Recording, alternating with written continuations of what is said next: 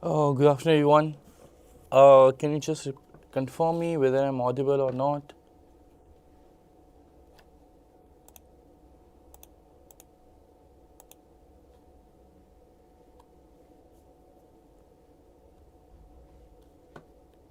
Audible. Thank you, Bhavna.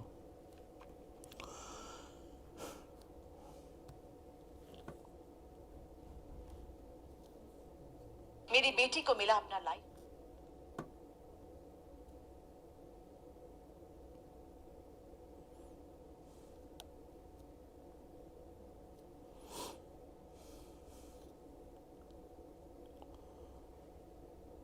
Okay, thank you, Devang.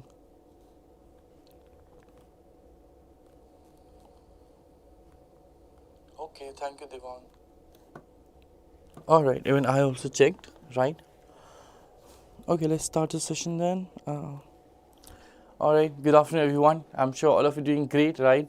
So, guys, today, we have conducted a very special marathon for all of you, right? Whoever are preparing seriously for NMAT exam, right? Today's marathon is based on the quant topics. So, we'll try to cover, the questions of all the topic of quants, some easy question and moderate questions. So, one more thing, we have taken these questions basically from, the OG official guide for NMAT from GMAC, right?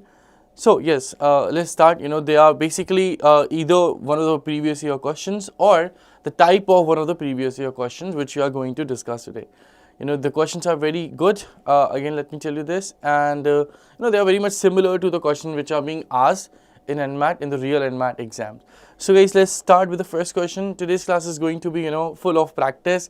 I'm sure you all are excited. Okay, so question number 1 in front of you, and we'll be discussing the question just like the way it is being basically asked in the exam. Basically, I'll give you, you can say 1 minute to solve each question. Why 1 minute? Because in exam also you get on average 1 minute approx, right, to solve the question. So I'll give you 1 minute to solve the question, and then I'll discuss each and every question one by one. Devang, the duration probably should be around 3 hours. Probably should be 3 hours, right? As I said, it's going to be a session full of the question, full of practice, right? I'm sure you guys going to learn a lot with the help of this session. So quickly, let's start, guys. As I said, 1 minute each for each question.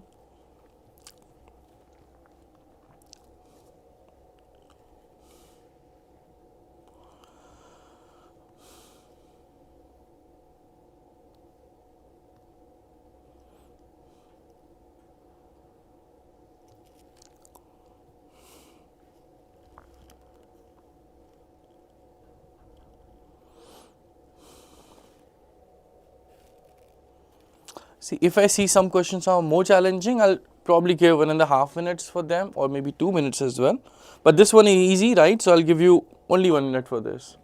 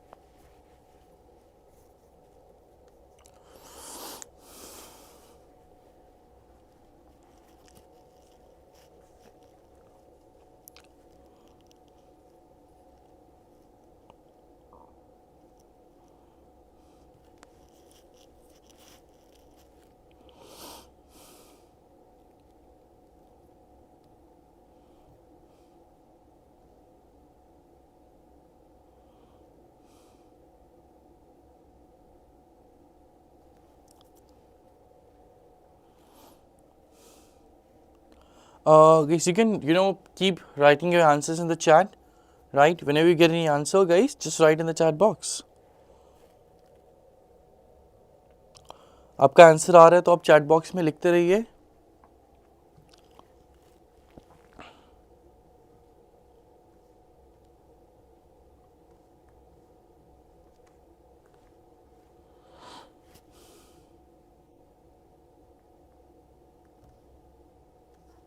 All right, yeah, some answers have come. Bhavna says E. No, Bhavna, it's not E. It's actually C, yes. Mahalakshmi says C. 1 by 4. Yes, Mahalakshmi, very good, that's the right answer. So guys, let me explain you how we can do this question, right? So to solve this question, you can see this is question based on indices and surds, right? So you should know some very basic kind of properties, right? I don't think I need to explain those properties, those are very basic indeed, right? There can be different ways of doing the questions as well. So what I just thought of, right? So they have given root 12, right? Maybe some of you will be factorizing 12, right? We can also do that, but I had a better idea in fact. See guys, root 60 we can say is root 12 into 5. I did not factorize 12 because I had seen that in 60 also there is 12. So root 12 will give us 12 in the end, right? Okay, divided by 2 raised to the power 4, and then we have root 45. Root 45, see we have root 5 here. So I'm going to write 45 as a multiple of 5, okay.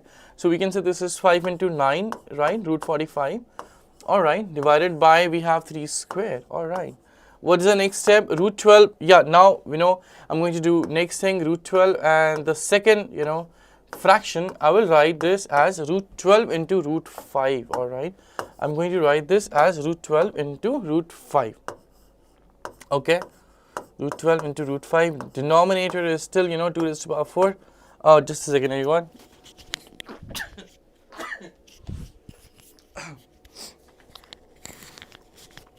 Alright guys, let's get back. Okay, so the next term we can say is root 5, and root 9. Root 9 we all know is nothing but 3 in the end, right? Okay, now root 12 into root 12, that gives us 12 directly, right? Okay, into root 5 and root 5, that gives us 5 directly, alright, and root 9 will give us 3, that's it. Denominator is 5 into 2 raised to the power 4 is 16 into 3 square is 9, one can say that, okay. Now see, 5 got cancelled, 3 3s is 9, 3 4s is 12, and 4 4s is 16, and that gives us 1 by 4 in the return, that's it. So this is how we can solve this question, and answer has to be 1 upon C in the end, 1 upon 4 in the end. Simple, right? Good afternoon everybody. Good afternoon Nitya, good afternoon Ayushi, good afternoon Pallavi. I'm sure all of you are doing great, right? Okay, let's go ahead with the next problem, everybody. That was the first question of the day, simple one. That's the question based on number system, based on the recurring decimal numbers. How do we convert them into the fraction? Again, everybody, 1 minute for this, right? You should just know some simple properties to convert them.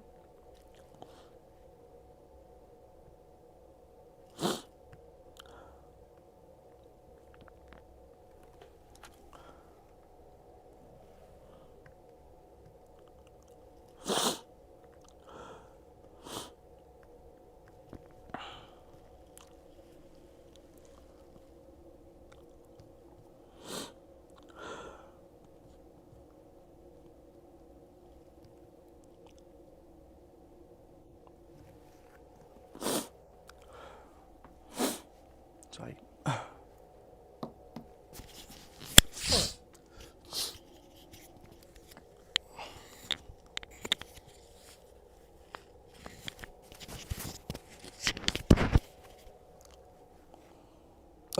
Monish, this session will be around 3 hours because we are going to have lot of questions discussion today, right? It's going to be extremely learning session.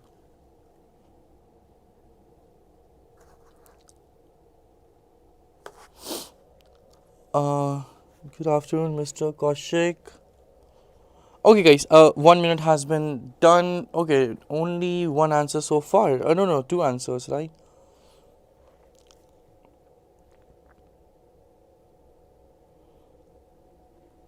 Alright, yes, option A is the right one. Now I'm getting some answers. That's good, everybody. Okay, let's see how we can do that. Okay, someone is saying okay. Got it, Kaushik. Fine, let's do the second question. It says to express this as a fraction. So how shall we do that, everybody? There can be, there are 2-3 ways of doing this, right? I hope you guys know the shortcut, of converting the recurring fraction into the decimals. So you can see in this problem what is happening, that repetition is not starting just after the decimal point, right? Repetition is not starting just after the decimal point. So there is another way of doing this, which is slightly different, right? So what do we do, guys? See, after the decimal point, we have repetition on just one digit on 3. So there is 9 in the denominator, right? And after the decimal point, there is not repetition on 2 digits, right? 2 digits are not being repeated. So there will be 2 zeros followed by this 9. This is basically a trick of converting the recurring fraction into the decimals.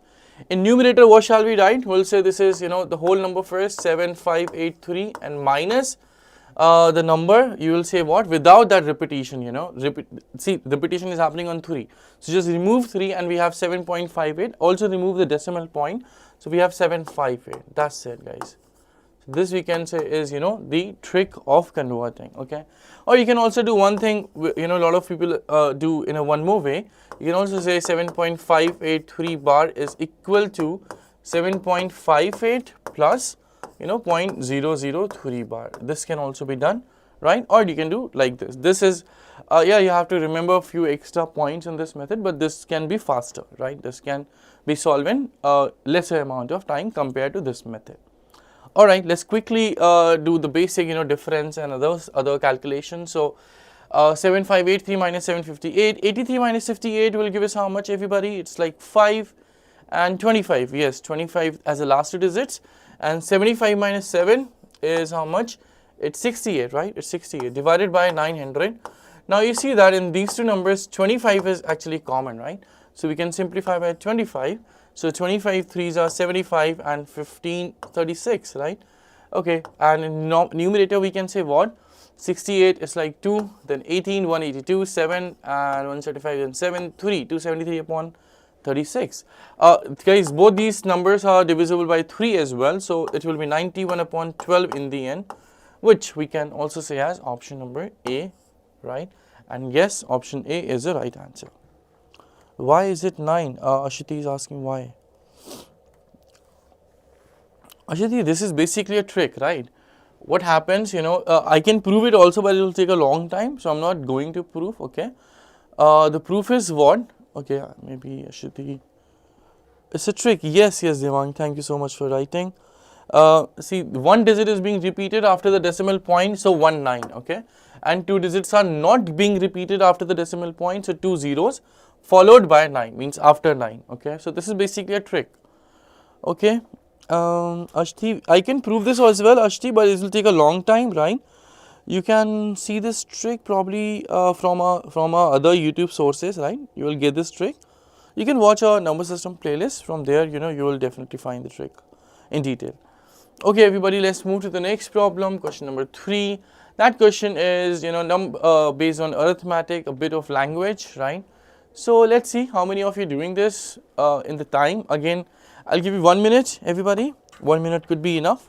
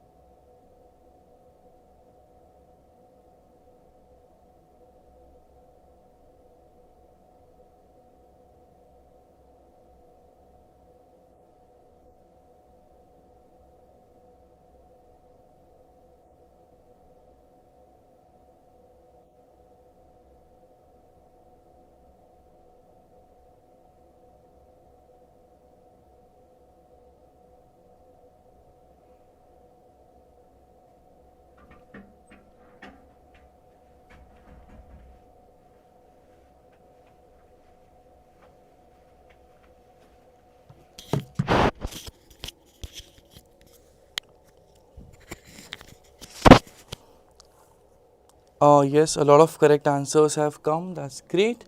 Yes, everyone, the answer has to be option D, right? Okay, let's see how we can do this question. The question says that Prakash has bought a bag of 15 magic pencils for rupees 60, alright. One third of the pencil was costing rupees 2 each, and the rest cost rupees 5 each. Alright, rest means, okay, let's do this later. Then they are saying if there was a hole in the bag and all the more expensive pencils fell out, the lost pencil represented approximately what percentage of the money Prakash paid for all the pencils. Okay. So they are saying more expensive. What is the meaning of more expensive? See guys, some pencil cost rupees 2, right? And some pencil cost rupees 5, okay? So more expensive means a pencil which are costing rupees 5. Very simple, right? Okay, first, see, Prakash bought a bag of 15 pencils, alright?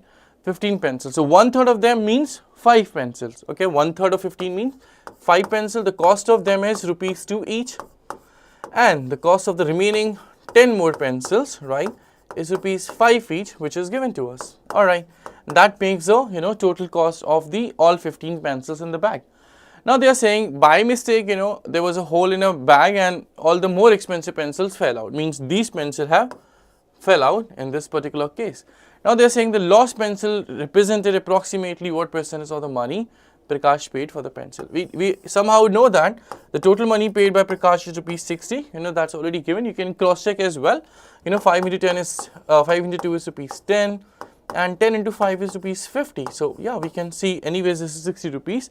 The pencil lost are these ones whose worth is rupees 50. So we have to find out that the lost pencil represented approximately what percentage of the money Prakash paid. So the lost pencils worth rupees 50, right? So we just have to find that 50 is what percentage of 60. That's it, right guys? The only question is that to find that 50 is what percentage of 60, which you can also say as 5 by 6, which you can also say as 1 minus 1 by 6. So 1 basically you can say 100% if you have to convert into the percentage. 1 is nothing but 100. 1 by 6 we can say 16.66, and that would give us 83.33 approximately, and the best choice would be option D. As I had mentioned, we have to find approximately, right? So approximately 83, option D will be the best option among these options, right? I'm sure this must be clear to all. Okay, let's move to the next problem. Question number 4. Again guys, you can try for 1 minute around, right? And yes, in case any doubt of the previous question, you can always write. Okay, you can always write. Yes, Siddharth, you can expect such level questions, right? Means, see, not all the question will be, of the same level, obviously. सारे question का level same तो नहीं होगा. कुछ question इससे easy हो सकते हैं, कुछ question इससे tough भी हो सकते हैं. But yes, जितने question हम आज करेंगे, उसके बाद आपको पूरा idea लग जाएगा, right? एक बार आप पूरा session देखोगे, right? सारी questions देखोगे, फिर आपको idea और अच्छे से लगेगा कि क्या level हो सकता है NMAT में. Today's class is particularly for NMAT, by the way, right?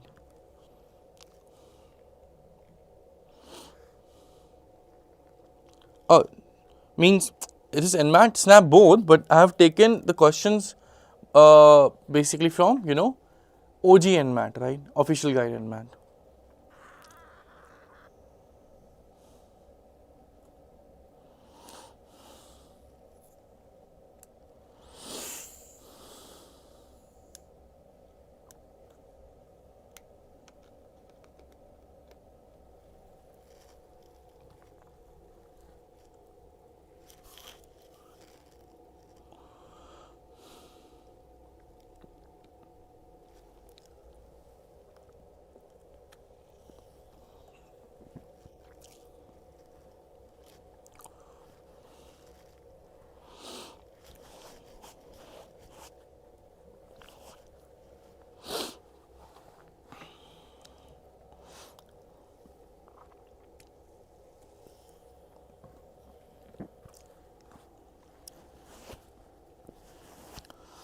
Alright guys, yes, a lot of correct answers. The answer has to be 20 for sure, right? How can we do that? Let me explain that as well. Question says, Company H distributed rupees 4,000 and 180 pence evenly among its employees, which with each employee getting an equal, integer number of rupees and equal integer money of pence. Okay. Company H के guys, company H में company H ने 4000 rupees distribute करे और 180 pen distribute करे इस तरह से कि सारे एम्प्लॉयज़ को equal integer number of rupees मिले और equal integer number of pence भी मिले, right. So what is the highest number of employees that could work for the company H. Alright. So guys, good thing is that कि सारे employees को equal money मिल रहा है और integral amount money मिल रहा है और सारे एम्प्लॉयज़ को इक्वल नंबर ऑफ पेन भी मिल रहा है, राइट. तो अगर हम थोड़ी देर के लिए अज्यूम कर लें, let the number of employees are, let's say n, right, let number of employees, let's say, is n, right, and we know that each of the employees is getting equal amount of money in integers as well, right. So can we just say that n should be nothing but a factor of 4000, right. N is a factor of 4000. Why? Because the total money distributed is 4000. Everyone should get the equal amount of money. So yes, we can say n should be the factor of 4000. अगर guys ये integer वाला point नहीं लिखा होता, right, if that integer point was not written, then it could be decimal also, then we cannot say this factor point. But right now everyone is getting integral amount of money, so yes, we can say that n should be a factor of total money 4000.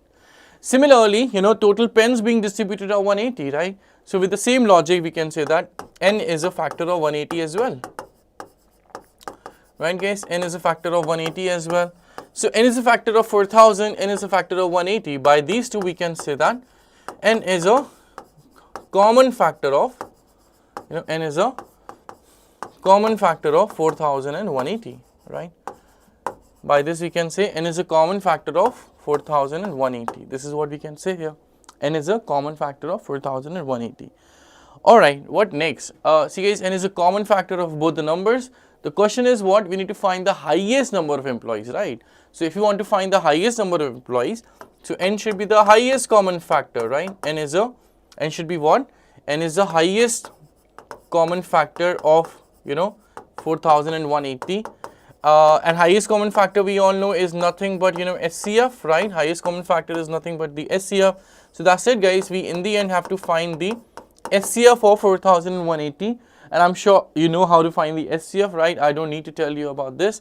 So SCF 4180 will come up 20 in the end, right? Okay, so when you do like this, you will find out that 20 will be the SCF. I don't need to tell you the SCF, right? So option C must be the right answer. Okay, so this is how we can deal with this question as well. Let's move to the next problem guys. In case any doubt, you can write in the chat, as I have said already. Any case of doubt in this question or previous question, write in the chat. Meanwhile, other people can try the next problem if you don't have any doubt, right? Again guys, 1 minute could be enough, right? 1 minute, a question based on the numbers.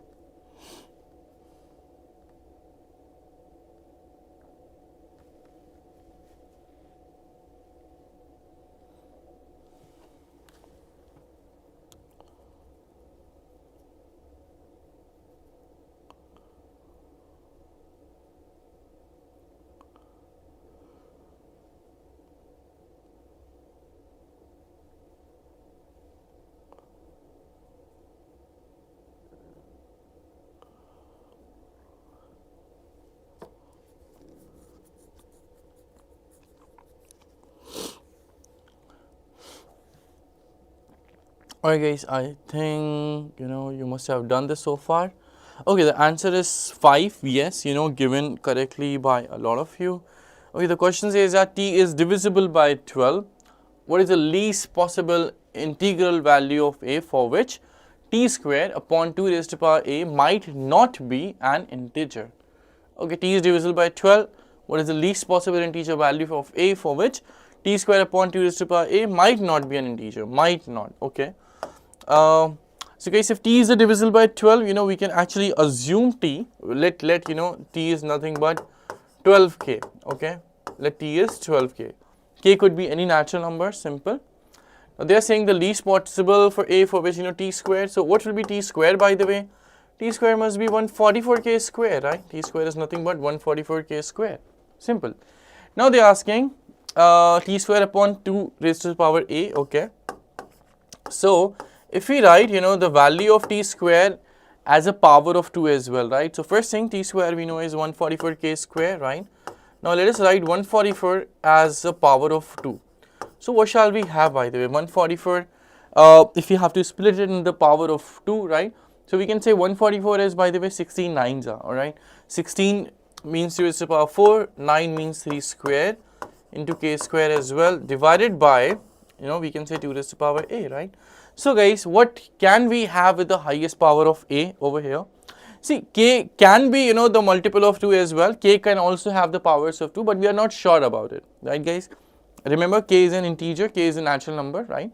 So k can also have some more 2's, but we are not sure about this. हम उसके बारे में sure नहीं हैं. तो question में क्या बोला है कि least possible integral value of a for which this might not be an integer, might not, right? ठीक है, अगर a की वैल्यू 4 तक है, okay, 1 2 3 4 है, तो देखिए कैंसिल हो जाएगा, then it will definitely be an integer, right? So we'll say what? It will be an integer definitely if a is 1 to 4, right? It will be an integer for sure in case a is 1 to 4, 1 2 3 or 4. But if a is more than 4, right? If a is more than 4, then 2 raised to the power 4 upon 2 raised to the power 5 will not be an integer. Obviously it will be a fraction 1 by 2, and we are not sure about the value of k, so we cannot say it, right? So we can say what? It may be fraction if a is greater than 5, right? Sorry, greater than equal to 5, we can say. So the least value of a for which this might be this might not be an integer or fraction when we can say is when a is 5. The least value of a should be 5. Simple. I'm sure you are able to understand this. A good question, guys. Mixed up of, you can say, the logics and the basic numbers, right? So that was question number 5. Move to question number 6. In case of any doubt, question number 5 with question number 5 you can write in the chat, right guys? किसी भी question में कोई doubt है अभी तक जो भी हुआ है तो आप chat में लिख सकते हैं. I'll go back and try to explain you again.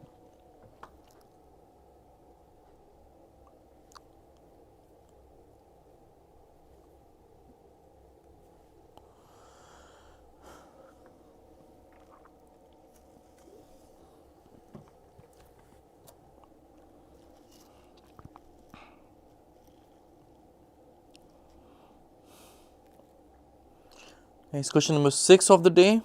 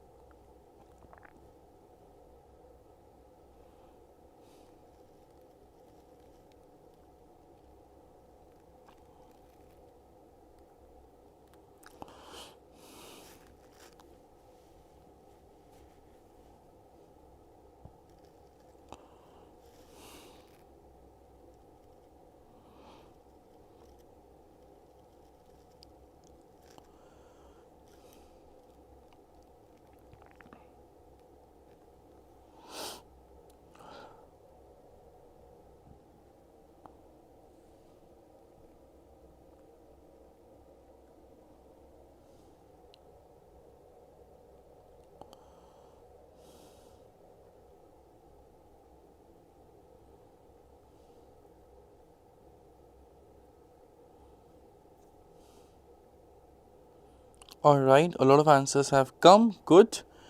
Guys, the answer of this problem has to be option B. Yes, option B is the right answer. Let's see how we can do. The question says that 5 raised to power k plus 1 is 2000. So find out 5 raised to power k plus 1 separately, right? Okay. So guys, in this question, if you observe, they're asking in the end 5 raised to the power k plus 1, right? So if we get the value of k, yes, then it will be easy. But can we get the value of k or not, right? That is, we have to find out. Okay, for example, here if you see that, we can say here what? See, the powers are being added, so we can multiply, the bases, right? Means we can say 5 raised to the power k into 5 raised to the power 1, okay? I'm sure we know the basic properties of indices and surds, right? Equal to 2000. Now 5 will be going to the right hand side and this can get cancelled. So we'll say this is 2000 by 5, which is 400. Okay, can we get the value of k? Not easy, right? Why? Because the right hand side which is written is not the power of 5, right? 5 raised to the power k is 400 and 400 is not the power of 5. So let's not find, it's not even required. We can just, put the value over here. Means 5 raised to the power k is 400, just put it here. And 400 plus 1 will give us 401. That's it, right? We can directly do like this, and answer has to be option B, given correctly almost by, by all, a lot of people, right? That's great. Let's move to the next problem, guys. That's also easy. I'm expecting a lot of correct answers again.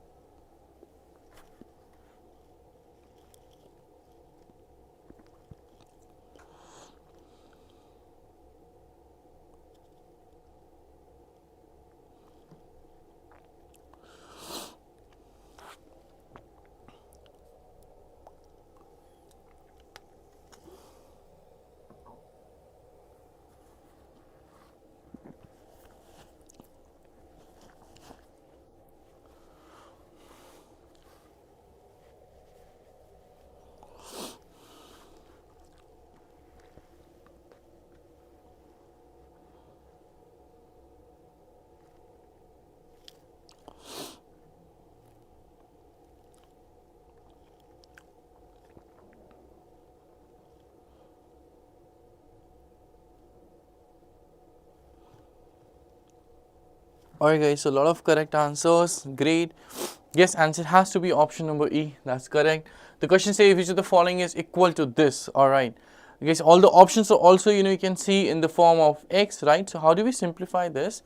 So we can say here first that, I'm sure we all know the basic things that if, a surd is written like this, okay, that means it is x raised to the power 1 by n, right? Very obvious. So first term we can say this is x raised to the power half. And second term we can say is x raised to the power 1 by 3 in the same way, right? And obviously the terms are being multiplied, right guys? Now the terms are being multiplied with the same basis. That means the power must get added. That means it should be x raised to the power 1 by 2 plus 1 by 3, okay? 1 by 2 plus 1 by 3.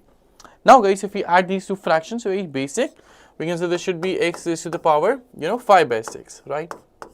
Okay, now let's check which of the options can be the best, right?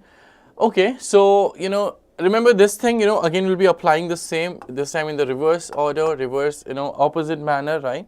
So we can say this as x raised to the power 5 raised to the power 1 by 6, right? Power and power gets multiplied, very basic.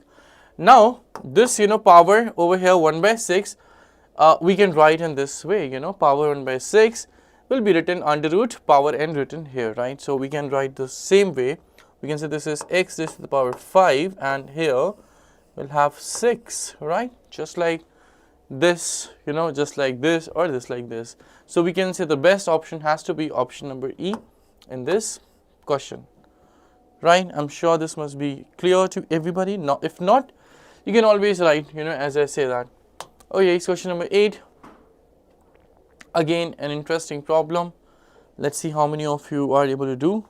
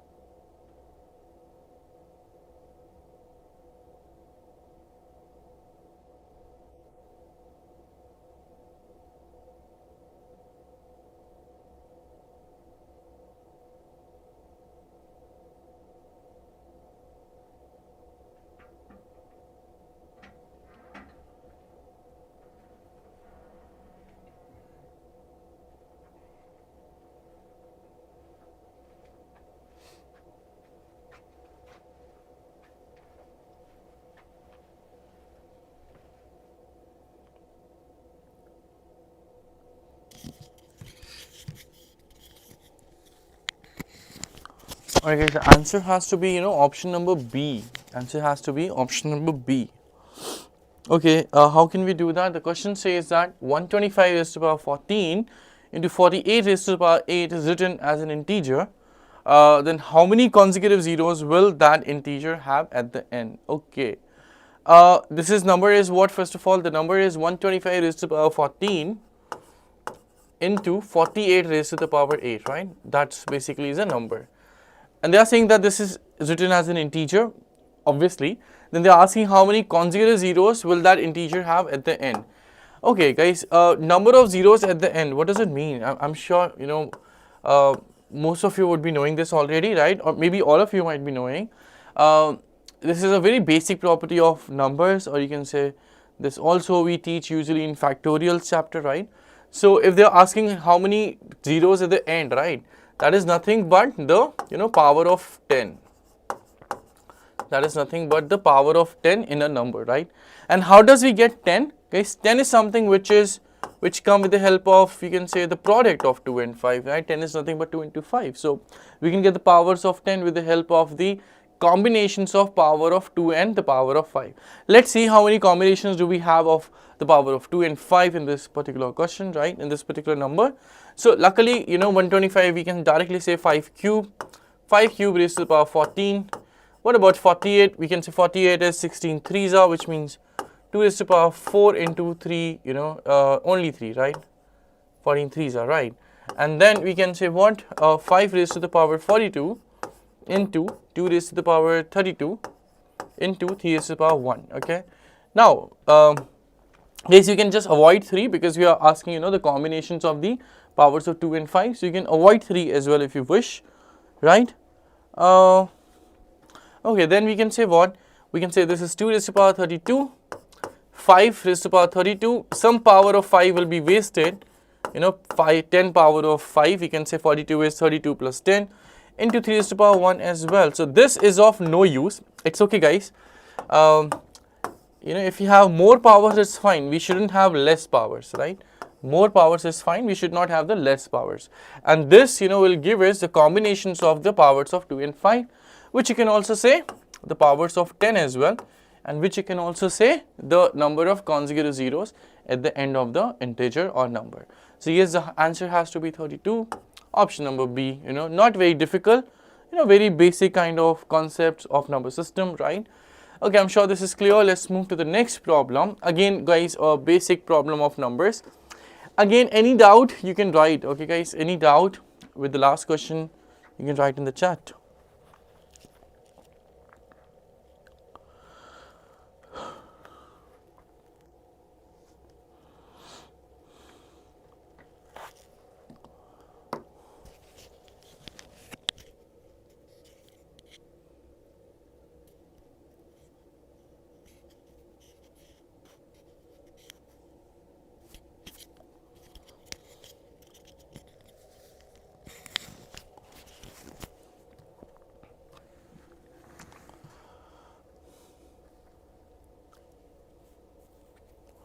Yes, Devang, you're right.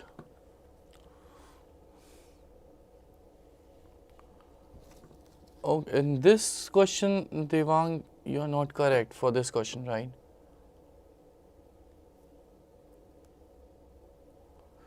Yeah, that's not correct.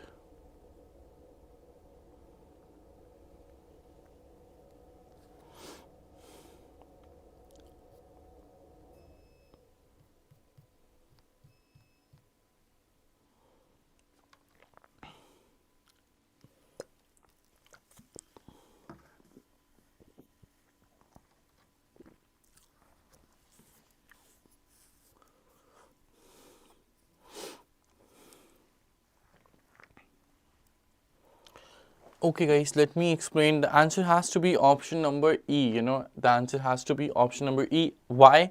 They're asking that n is the smallest of the 3 consecutive positive integers.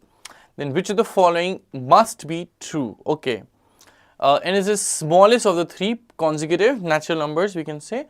Then which of the following must be true, right? All the options are related to n, you can say that. Guys, if n is the smallest consecutive natural number, right, then the next one has to be n plus 1. and the next one has to be n plus 2. That's for sure, right? I'm sure we understand that. Now coming to the option, let's check all the options one by one. The first one says n is divisible by 3.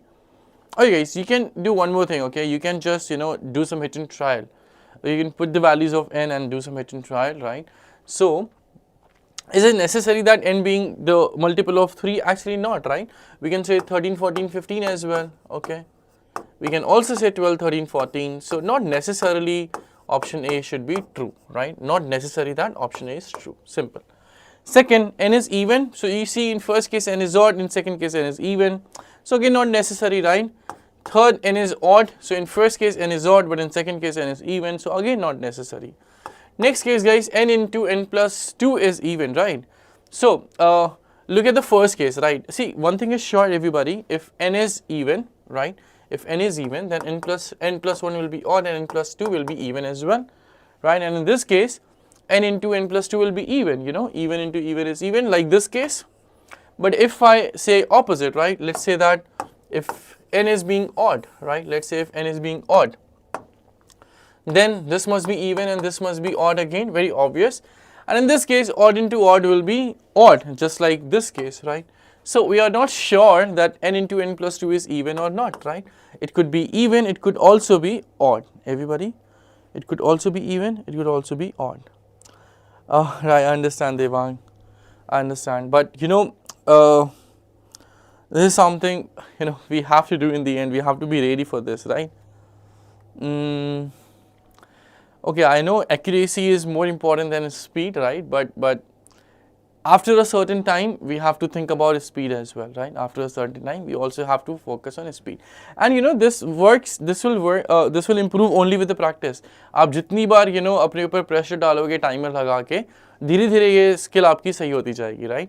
थोड़ी गलतियां होंगी शुरू में, but trust me, धीरे धीरे mistakes कम होती जाएंगी, right? और कोई तरीका भी नहीं है, right? हमें timer लगा के करना ही पड़ेगा in the end, right? और जितनी बार आप बिफोर द एग्जाम ये कर लोगे, एग्जाम में आपके लिए उतना बेटर हो जाएगा. आई एम नॉट सेइंग कि एग्जाम में आप 100% एक्यूरेट हो जाओगे, हो भी सकते हो, बट आपकी एक्यूरेसी बहुत बढ़ जाएगी, ये श्योर है, right?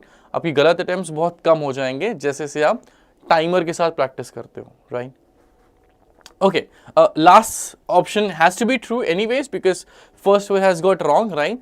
But let's discuss it, guys. N into n plus 1 into n plus 2 is divisible by 3. So, if even one of them is divisible by 3, then product has to be divisible by 3. And one of them have to be divisible by 3. See guys, in any 3 consecutive numbers, one of them have to be divisible by 3. Very obvious, right? Look at the first case, the divisible by 3 is 15. The second case, divisible by 3 is 12.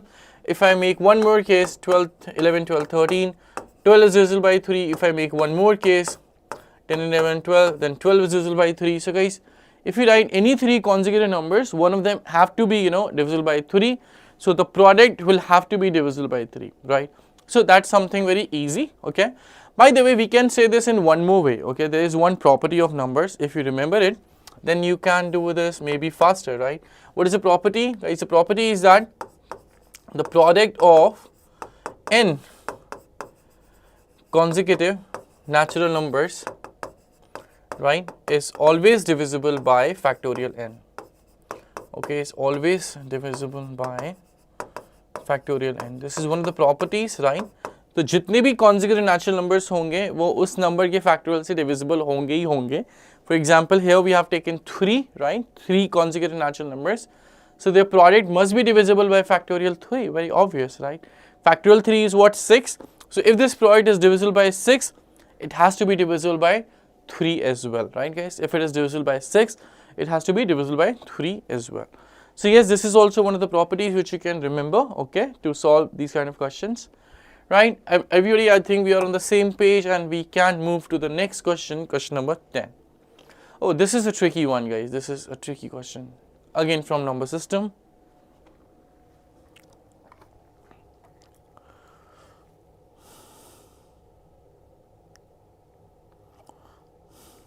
I hope you guys are enjoying the session, right? You can give a thumbs up faster if you are getting to learn something.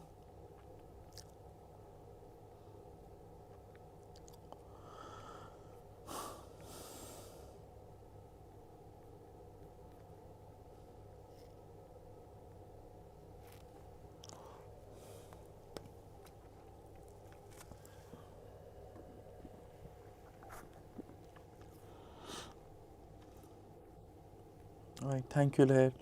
See, the only motive is, to get you a lot of question into the practice, right?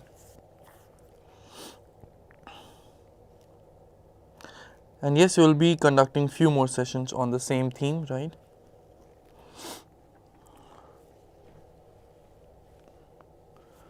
Guys अगर आपसे question नहीं भी solve हो रहे हैं तो भी कोई बात नहीं, आप एक बार ट्राई जरूर करो, ठीक है? जब मैं समझा रहा हूँ तो समझने पे फोकस कीजिए और कुछ ना कुछ आप सीखेंगे, ये श्योर है.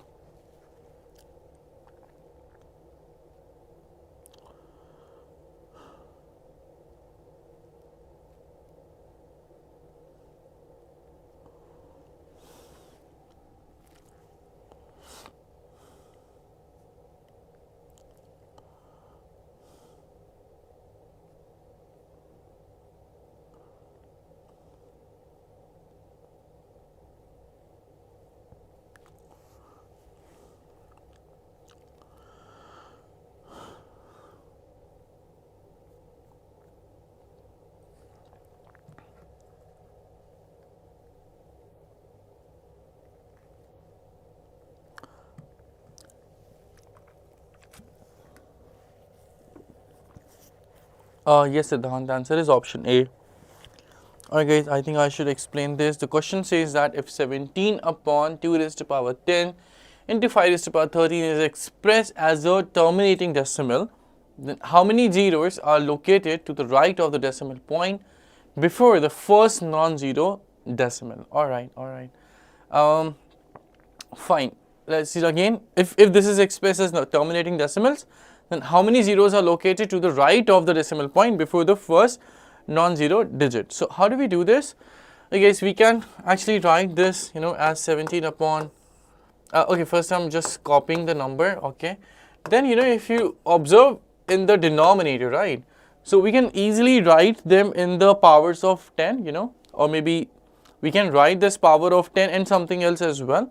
Let's try to do like this. So 17 upon, and why am I writing as a power of 10? Because guys, anything you divide by 10, we can easily summarize in decimals, right? We can easily find their value in decimals if you divide something with the powers of 10. For example, 1 by 10 raised to the power 1 is 0.1, 1 upon 10 square is 0.01, 1 upon 10 cube is 0.001, and so on, right? Okay, so this would be what guys? This would be, we can say 2 raised to the power 10 into 5 raised to the power 10 into 5 cube, right? This is what we can say, okay? Now, this is nothing but 10 raised to the power 10, right? And, we can say further, this is 17 upon 10 raised to the power 10 into 5 cube, okay? That's it. Now, life will be easy after this, right? We can say after this as 17 upon, 5 cube we can take here, upon 10 raised to the power 10, and we all know 5 cube means 125. 17 upon 125 upon 10 raised to the power 10.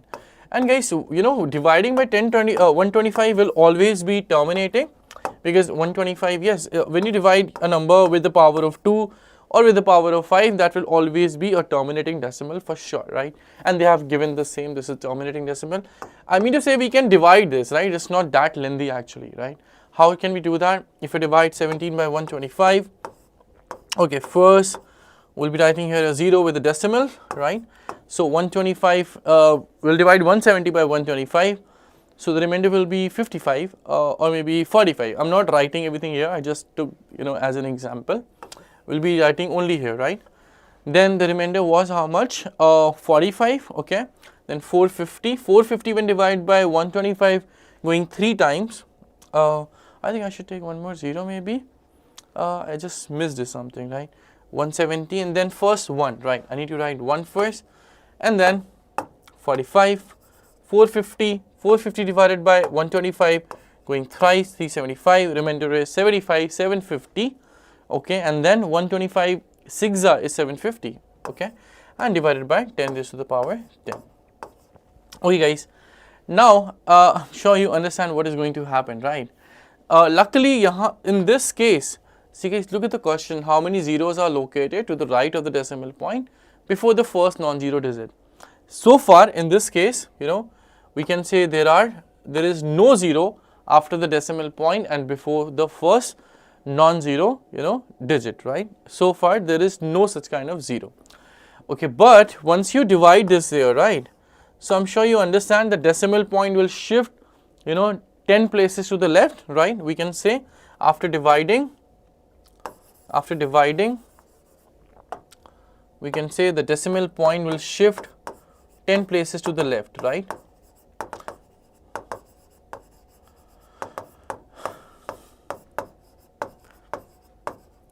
And we can also say by this, if the decimal point shift 10 places to the left, that means, between the decimal point and the first non-zero digit, there will be 10 zeros. Simple. There will be 10 zeros after doing this. That means the answer has to be 10. Very simple.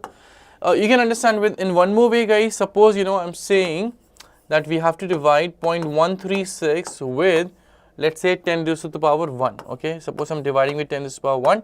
So it will become what? 0.0136, means there is 1 0, between the decimal point and the first non-zero digit. Similarly, if I divide 0.136 by 10 raised to the power 2, then we can write this as 0.00136. Okay, and we can say what? There are 2 zeros between the decimal point and first non-zero digit, right? So, this is how we can keep doing the same, all right? In this case, because we divided by 10 to the power 1, there was 1 0 between decimal point and first non-zero digit. We divide by 10 square, there are 2 zeros between the decimal point and first non-zero digit. Similarly, if we divide by 10 raised to the power 10 in this case, right? So we can say there will be 10 zeros between the decimal point and first non-zero digit. And that's why we can say answer is 10 in this particular way as well. Right? Yeah, it's kind of mandatory. You can say that we're getting the answer directly applying the rule of 10. Okay, maybe Mehek, suppose, it was not 125, right? Suppose Mehek, suppose it is 625, 17 by 625. Now, what would happen? You can try to divide it first, right? So you will find it that in this case there will be 1 0, after the decimal point as well. Okay, लहर आप ऐसे करोगे ना तो आपको दिखेगा अगर आप 625 से डिवाइड कर लेते हो तो एक जीरो यहाँ पे भी आ जाएगा, शायद दो भी आ जाए. I have to check it. 17 by 625 will be how much? 170 and then 1700, right? There will be 1 0 after the decimal point as well, right? And then it will be probably twice or thrice, twice, right? So the point here is, if we do not divide this, we will not find out that in this number how many zeros are there after the decimal point, just after the decimal point. Okay, तो ये check करना ही पड़ेगा लहर, और कोई chance नहीं, और कोई ऑप्शन नहीं है. आप पूरा डिवाइड मत करो गाइस, पूरा डिवाइड मत करो, बस आप ये देख लो कि डेसिमल पॉइंट के बाद जस्ट बाद कितने जीरोस है, राइट? है भी या नहीं है, पूरा डिवाइड करने की जरूरत नहीं है. You just have to check is there any zero just after the decimal point. So if you see there is no zero, just after the decimal point, for example here we saw that just after this we got 1. So you can stop dividing after that. We do not need to divide it completely. All right, hope that's clear, right? Okay, thank you everybody. Let's move to the next problem fast. Question number 11. All right, next question is mix of numbers and some basic algebra, very basic.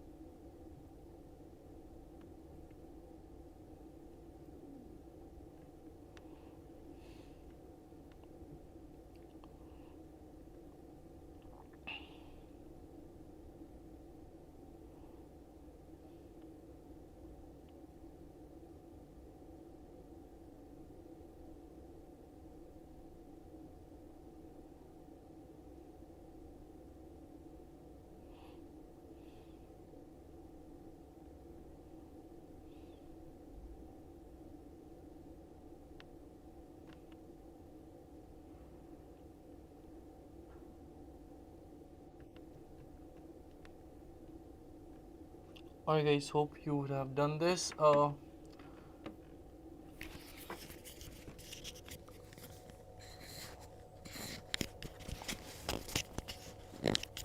No guys, 0 is not the answer, Lakshmi. 0 is not the right answer. Let me explain how shall we do this. The answer first of all has to be the option number last, right? Option number last is the answer. How shall we do? The question says that 25 raised to the power 5, 4 raised to the power 6 is 10 raised to the power x plus a, where x is an integer.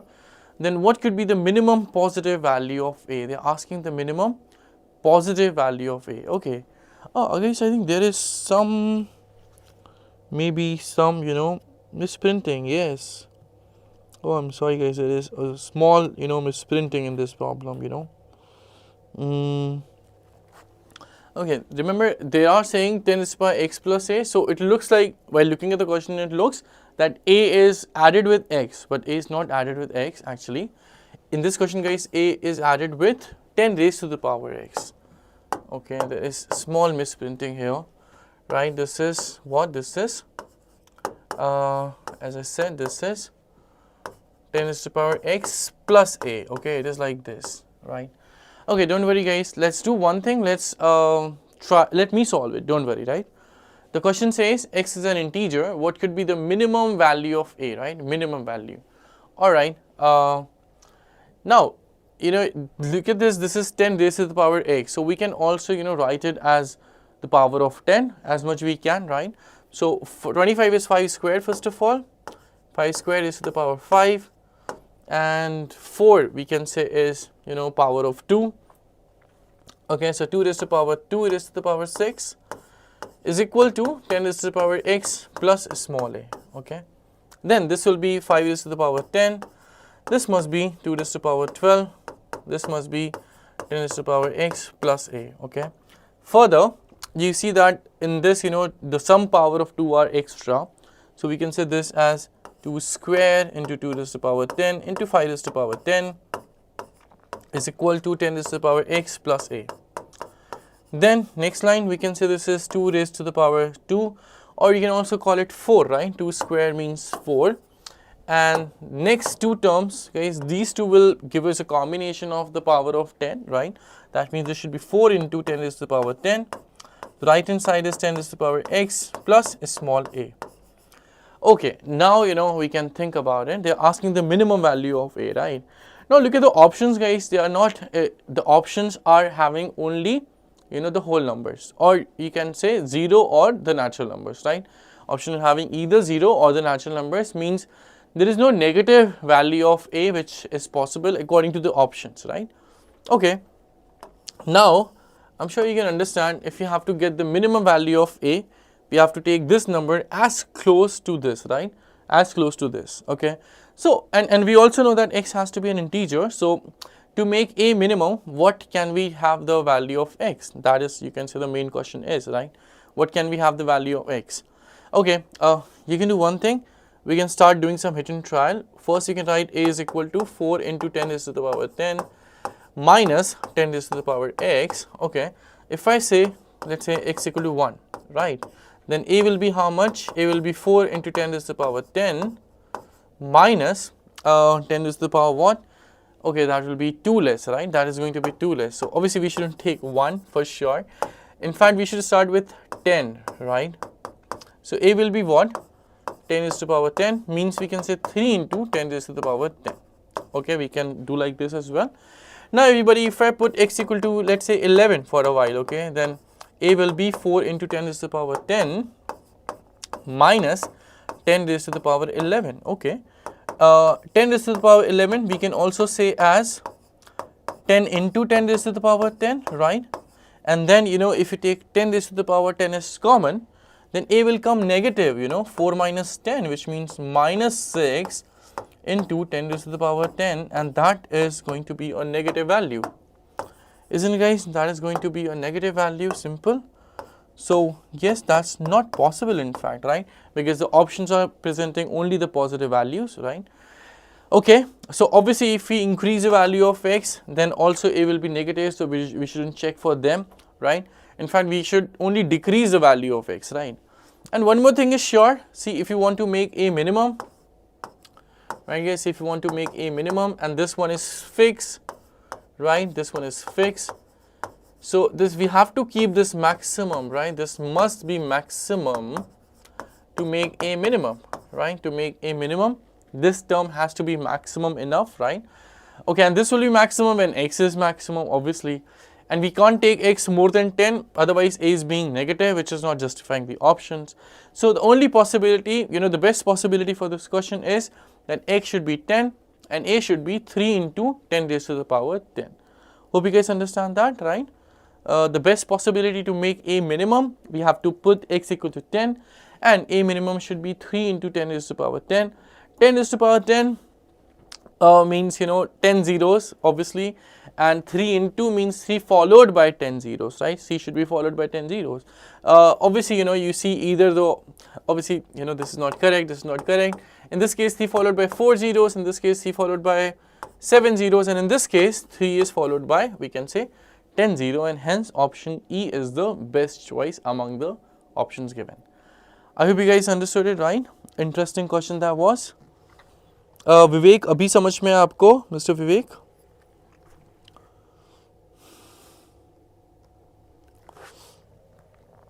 I hope आपको समझ में होगा, and let's move to the next question, right? And meanwhile, guys, in doubt, you can write me, okay? In case of any doubt, you can also write me. Let's try question number 12. From here, we'll be starting some basic question of arithmetic, all right? So that is an easy question from arithmetic, everyone. Let's see how many of you give me the right answer.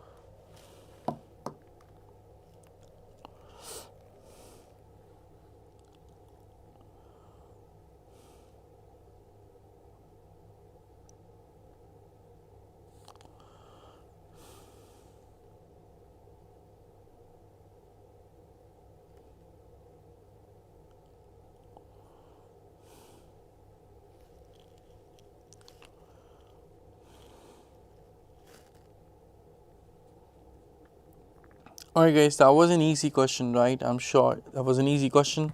The answer has to be, 20%, option D, yes.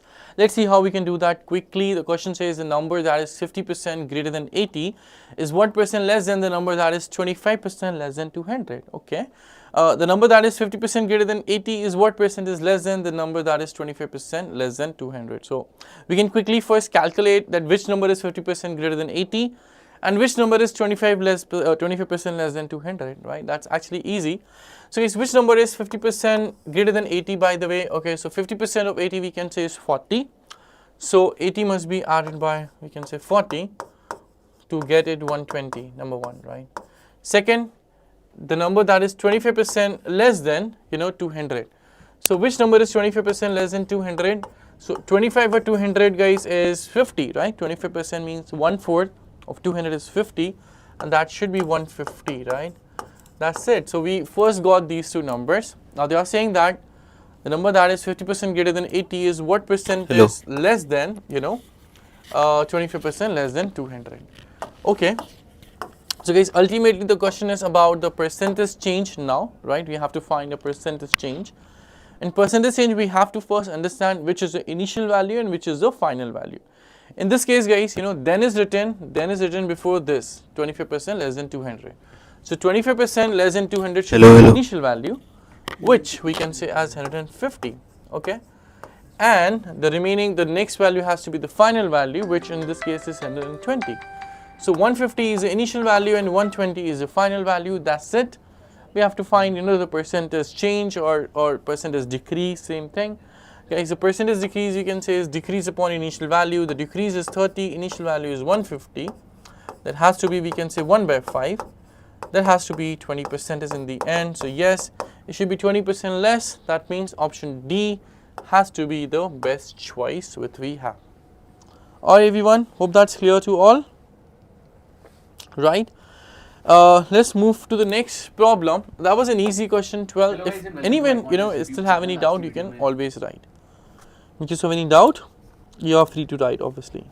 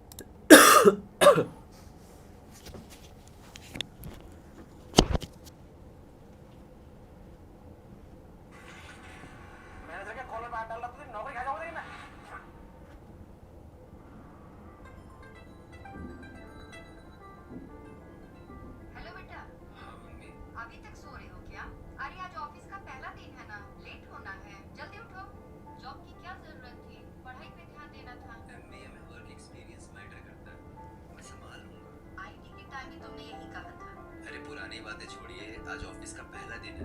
All the best ही बोल दीजिए। All the best. Time पे खाना खाना और पढ़ाई पे ध्यान देना। माँ मैं ऑफिस पहुंच चुका हूँ, आपको बाद में कॉल करता हूँ। शाम में फोन करना मत भूलना।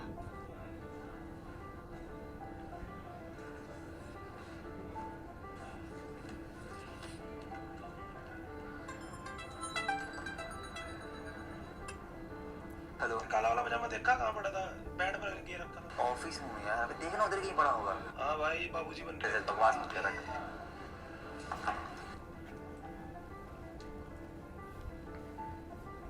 हाय, कैन आई हेल्प यू? यार थोड़ा सा बहुत अंदर है। हाँ, ये ना इसका एक फोन भी खराब है। Okay, that's also an easy problem, right? I'm sure most of you have done it, right? Answer is 21%, perfect. Okay, let's see how we can do. The question says Mr. Akash spends 50% of his income on rent, utilities and insurance and 20% on food. Okay, if he spends 30% of the remainder on the video games and has no other expenditure, what percent of his income is left after all the expenses? Alright, so first he spends 50% of his income on the rent, utilities, insurance, 20% on food. So guys, how much has he spent already? 50 plus 20 is 70%. So 70% he has already spent, and the remainder we can say is what? We can say the remainder is 30% of the income. The remainder left is the 30% of the income, right? Now they are saying that after that he spends 30% of the remainder on the video games and had no other expenses, and what percent of his income is left after all the expenditure, right? So left after all of them, we can say what? See guys, after all of this, remember 30% was left, and out of this 30 he has spent 30% again. So we can say the left one is 70% of the remaining, right? The left one we can say is 70% of the remaining, simple, okay? 70% of remaining, and remaining itself is 30% of the income.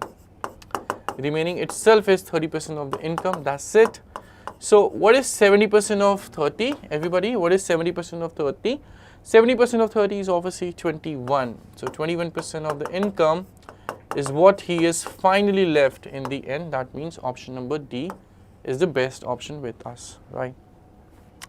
You know what guys, this question is actually pretty easy. So you can do one more thing. We can just assume the income is 100 and then we can solve, right?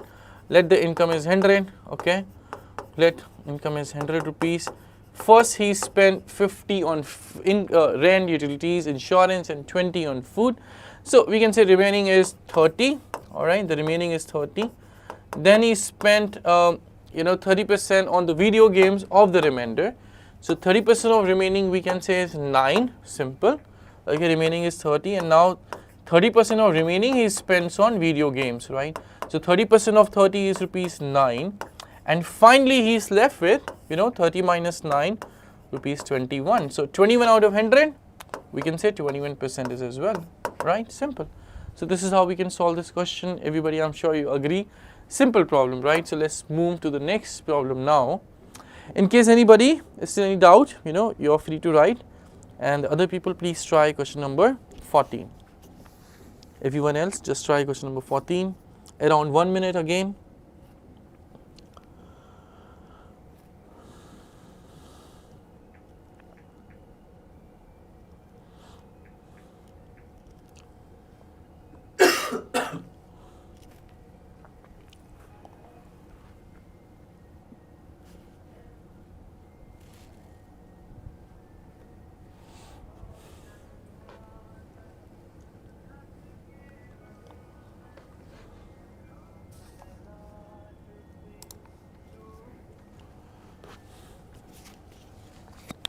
Hello camera खाली है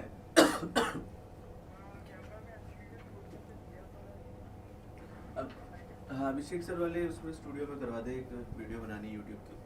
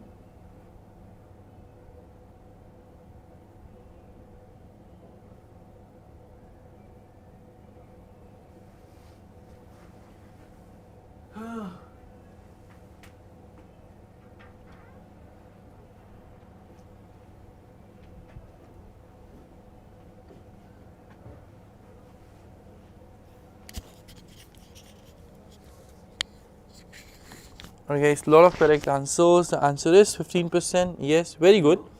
Guys, it's just, see, in these questions, the main thing is the reading. The faster you read, the faster you solve the question, right? Just a minute, everyone. Marathon लिख देना ठीक है रात sir लेंगे कल है 12 बजे Yes, guys. So, let's see how we can do that. The question says that in a class of 40 students, exactly 90% had lower marks than Varun's marks. Alright, if 60 new students join the Varun's class, if Varun's marks are higher than those of 80% of the new arrivals, then what percentage of the combined class now had higher marks than Varun's marks? Alright, so earlier, guys, there was 40% in the class, exactly 90% had lower marks than Varun. Alright, that means 90% of 40, we can say 36 people, very simple. So I'm doing one thing, I'm writing the number of people who have lower marks than Varun, right? Number of people having lower marks than Varun, right? So in the first, 40 people, 90% people have lower marks than Varun. 90% of 40, we can say is 36, obviously, right? Then they are saying that 60 new students joined Varun's class. 60 new people joined Varun's class, and Varun's marks are higher than those of 80% of the new arrival, right? So we can say among the 60 new students, 80% people have less marks than Varun, and 80% of 60 is what? 80% of 60 we can say is 48, right? We can just say this is 48, right, guys? So in fact, we can, I can mention this here how these numbers have come up. This is, we can say 80% of 60, and the first data was 90% of 40, right? So this is how, these numbers have come up. Now, if you add them, how much should we get? It's very simple. 50 plus 34 is going to be 84, right? 84. So 84 people are having less marks than Varun. Out of how many people, guys? Earlier we had 40 students in the class, 60 new have joined. That means now in the class we have 100 students. So out of 100 students, that means 84 students have got less marks than Varun. Okay, that means, guys, we can say how many people have got more marks than Varun. See, Varun himself is also one of the students. We can't ignore him, obviously. Some students, you know, because they do the things very fast, they ignore counting Varun, right? Or you know, subtracting Varun from the total people. Okay, the question is that what percent of the combined class now had higher marks than Varun, right? So, number of people having more marks than Varun or higher marks than Varun should be, okay, a lot of people say what? Total people are 100, 84 have less than Varun, so it should be 16, you know, 100 minus 84, but not, guys, we also have to, you know, count Varun. So, how many people have more than Varun? We'll say 100 minus 84 minus 1 for Varun as well, that means 15, you know. 15 people have more marks than Varun. I'm sure you understand. Let me do one more thing. Let's say we have 100, you know, people, right? 100 people. So out of these 100, let's say Varun is over here. Okay. All right. Let's say Varun is somewhere here at this place. This is also, you know, based on, you know, there's a chapter called ranking and logical reasoning, right? You can refer that topic also to understand this, right? 84 people have less marks than Varun. One is Varun himself. So the better people than Varun should be 100 minus 84 minus 1, that means 15. Okay, that's it. Now the final question is that what percentage of the combined class, right? So guys, the total people we know is 100. 15 out of 100 is nothing but, we can say 15 percentage. That's it. 15 out of 100 is nothing but 15 percentage. That means answer has to be the option number D in this particular problem, right? I hope this is clear to each one of you. If not, yes, you can write in the chat all as usual. Question number 15.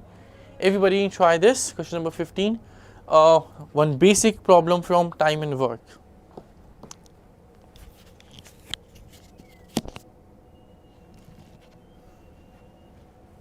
One minute again, guys.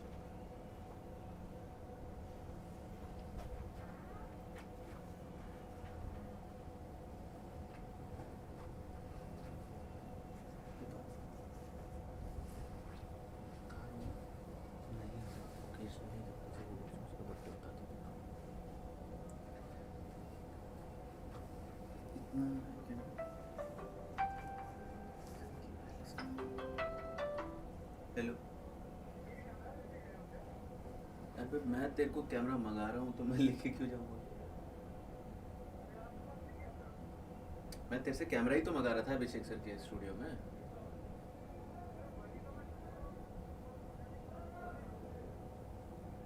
देख.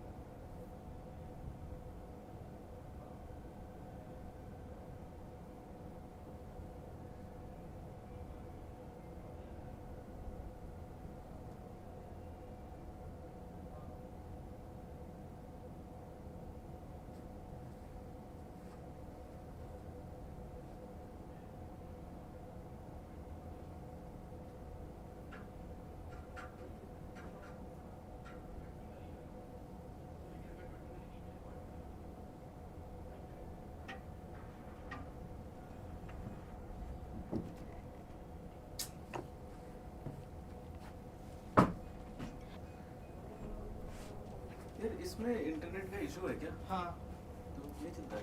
ढंग से नहीं चलता उतना, थोड़ा load होने में time लगता है. मैं आ गया इसको करने. चलो.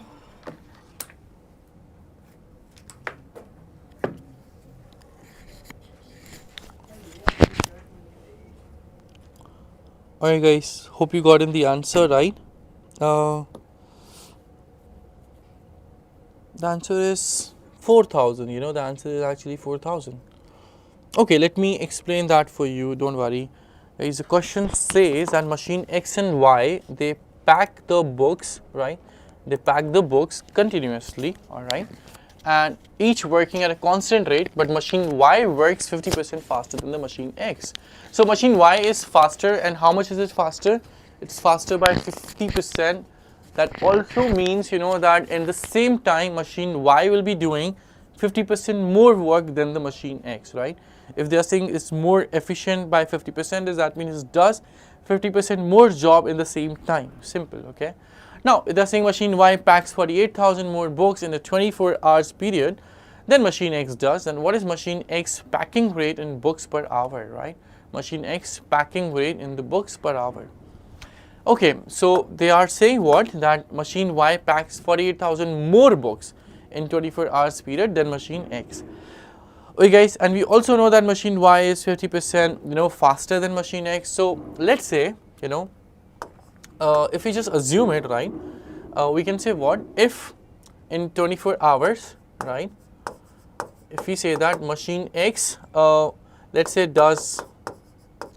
it packs, let's say 100 books, then machine Y should pack how much? It's 50% faster. That means it should pack 150 books, right? That means how much is, how much more machine Y packs? So we can say machine Y packs 50 books more than machine X, right? With the assumption. But guys, in the real, machine Y packs how much? In real, machine Y packs 48,000 more than machine X, right? In the real. So this is all about the assumption, okay?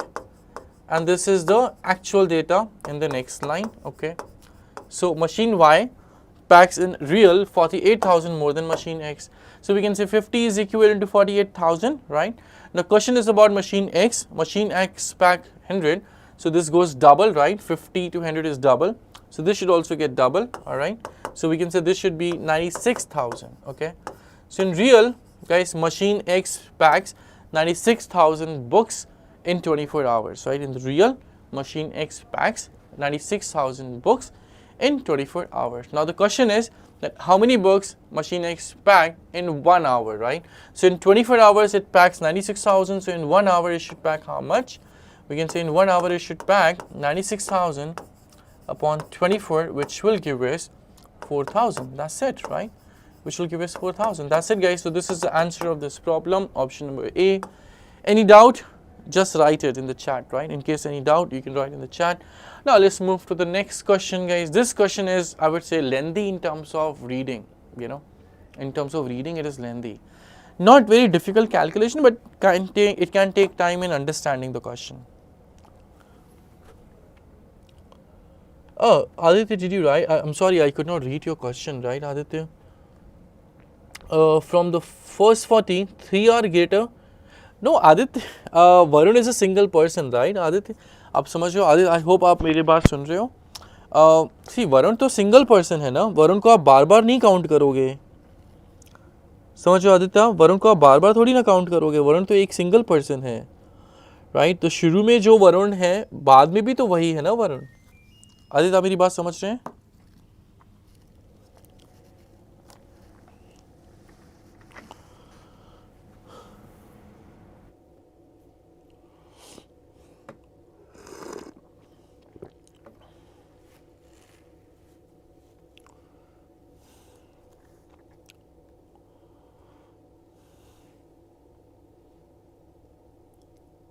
Adit, I hope you are listening to me and able to understand. Just reply once, Adit. If अगर आपको मेरी बात समझ में आ गई, just reply me once.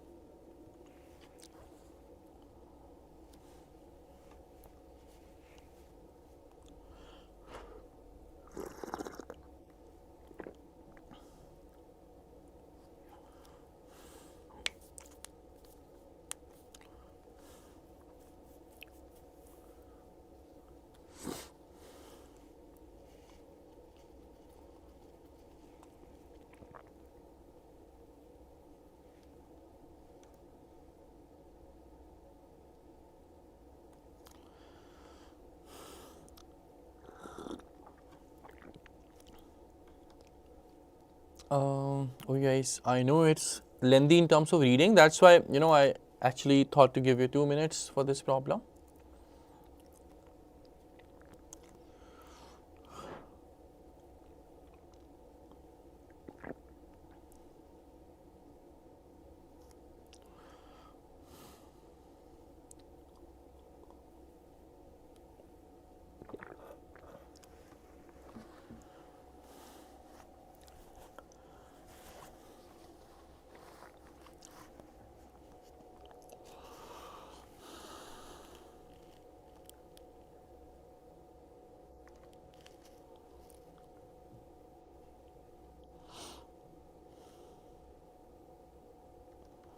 Alright guys, I think I can explain this now, right? I should explain. The question says that company X deploys 40 identical machines to manufacture a certain product. The creation of the sales value by each machine is the same, okay? The creation of the sales value by each machine is the same for each month. The company has monthly expenses of this for manufacturing and a total 65,000 for all the remaining expenses. Each deployed machine contributes equally to both the manufacturing expenses and creation of the sales value, while the remaining expenses are fixed. This is a very important line, guys, that each deployed machine contributes equally to both the manufacturing expense and the creation of sales value, while the remaining expenses are fixed. So what are the manufacturing expense? Remember, manufacturing expense is what the monthly expenses are this for manufacturing. So manufacturing expenses are $24,500 if we are creating 40 machines, right? And this is the, you can see, remaining expense, which is actually fixed. They have mentioned which is a fixed expense, right? Now they are saying in September a total $40,000 in sales value was created, right? This is the sales value being created in how many months? Sorry, by how many machines? By 40 machines, all right? And that is also, based on the machines. Each machine contributes equally, remember? So that is, you can say, contributed by each of the machines equally, right?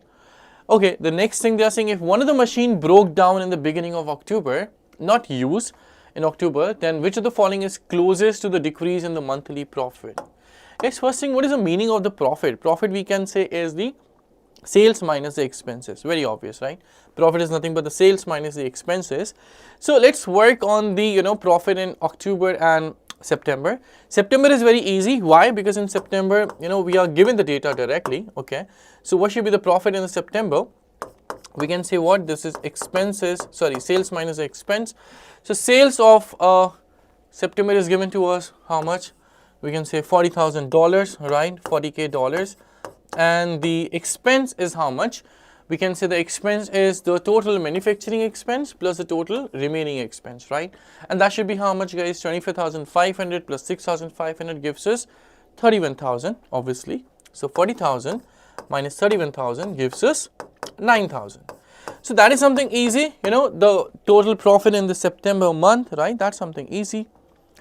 The challenging part will be in October, the challenging part will be in the October because one machine has broke down, right? It's given to us one machine has been broke down. So because of which, a lot of challenges will happen. Let's see that. So guys, in October, we know one machine has been broken down. So what would happen first? Remember, they had given that each deployed machine contributes equally to the manufacturing expense and the creation of the sales value. So let's talk both of them, talk about both of them one by one. First, talk about manufacturing expense. So guys, initially the manufacturing expense is 24,500, but that is of 40 machines, right? Means that is being distributed equally by each of the machines. So we can say what? See, remember, in this month one of the machine has been broken down, so we have to do some calculations. Let me write it here.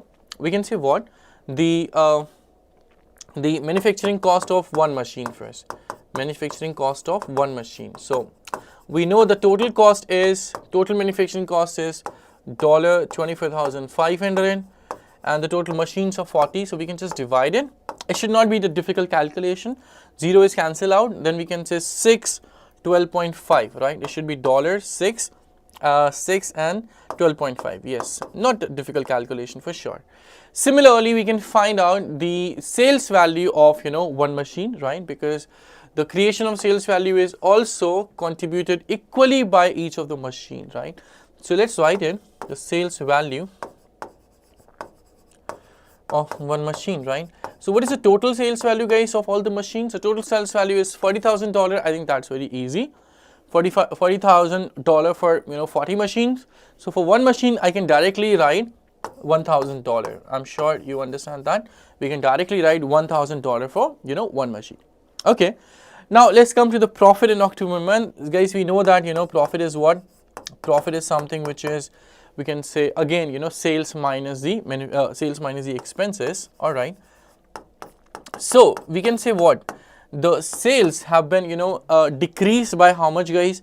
See, one machine has broken down and the sales value of one machine is $1,000. So we can say sales has been decreased by $1,000. We can directly write it. We don't need to actually find out the profit of September also, right? We could have directly calculated. Okay. In fact, let me do this here directly. Why we are calculating for September? We don't need to. I'm writing it directly for October month. Okay. For October month, the profit is the sales minus the expenses, right? Expenses is the sum of the manufacturing expense and the other expense, right? Okay, the sales have decreased by $1,000, right? It has been decreased by $1,000, and the total expenses decreased by how much? See, guys, I just told you that total expense is the sum of what? Sum of the manufacturing costs and the other expenses, right? Other expenses remain same. It doesn't depend on the number of machines being deployed. But yes, the manufacturing cost depends on the machine. We have calculated it here. One machine has been broken down, because of which manufacturing cost will also decrease by $612.5, right? It will decrease by $612.5. Okay, so this is decreased by $612.5. This is decreased by $1,000. So total profit must decrease by, we can directly say 1,000 minus 612.5. That's it, right? The total profit will decrease by this. 1,000 minus 612.5 has to be how much? We can say this is $387.5, right? So the total profit must decrease by $387.5. And remember, they have mentioned that we have to find the closest, answer among the given options. So the best or the closest one has to be $390, option number D. So yeah, this is how we can do this wonderful question as well, right? So this question was tough, especially because of its language. This was a good question, guys, especially because of the language, right? Hope that's clear. Let us move to the next problem, question number 17, everybody. That is also a very good question, because of its language. This is also a very good question. Let's see how many of you do this. See, guys, last question was lengthy and this one is tricky, okay? This one is tricky.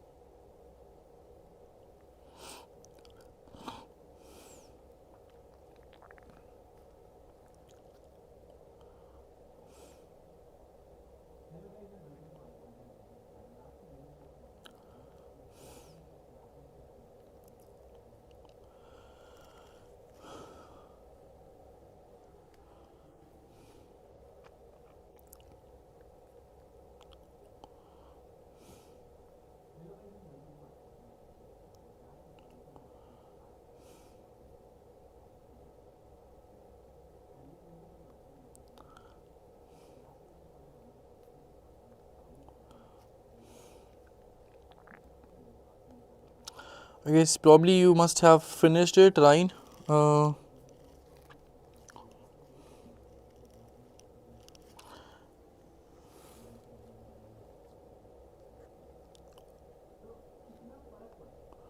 Alright guys, I think I should explain that, right? So the question is that Ankur bought 5 pizzas, 7 samosas and 4 ice creams.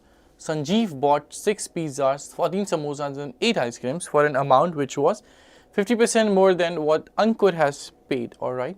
Question is that what percentage of the total amount spent by Ankur was spent on the pizzas, alright.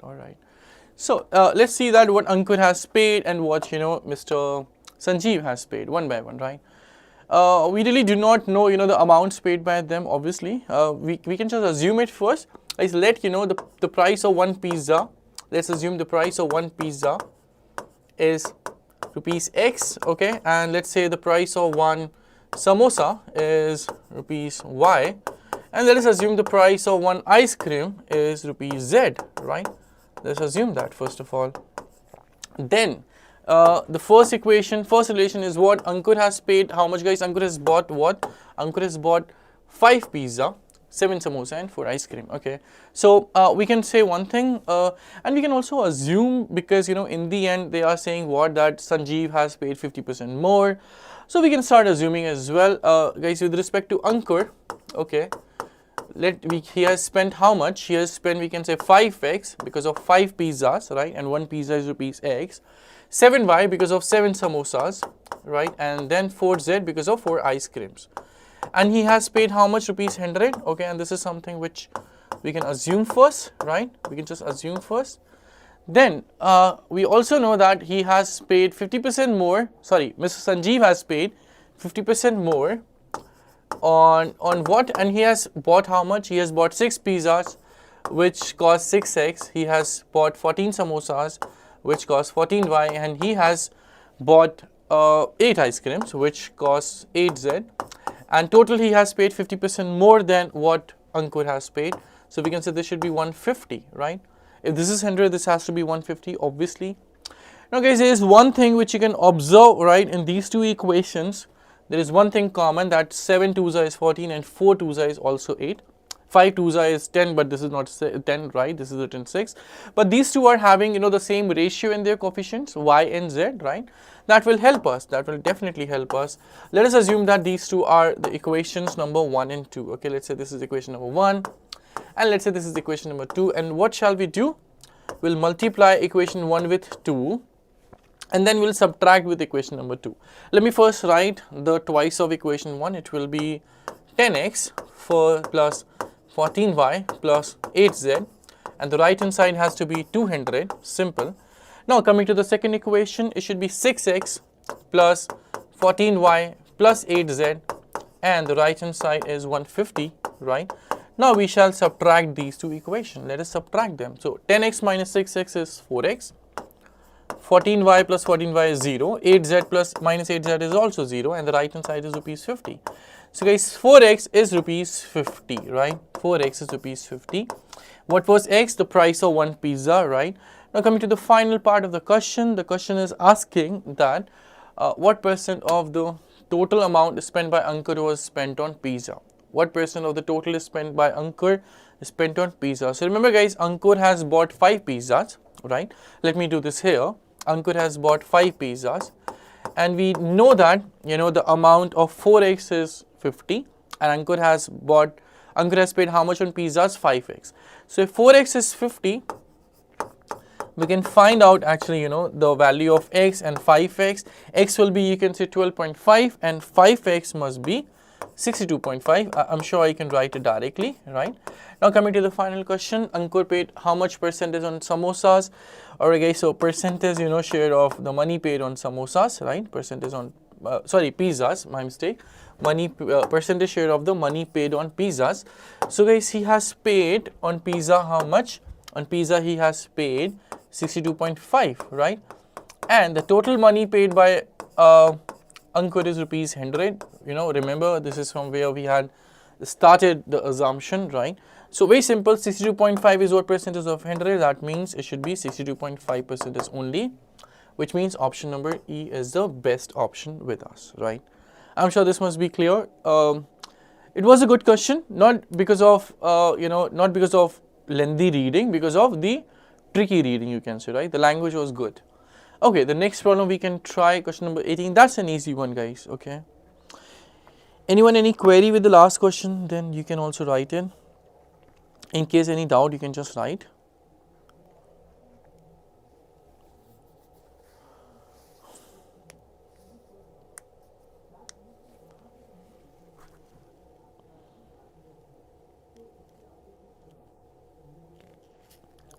Guys ये बहुत आसान question है, तो मुझे लगता है बहुत जल्दी कर लेंगे.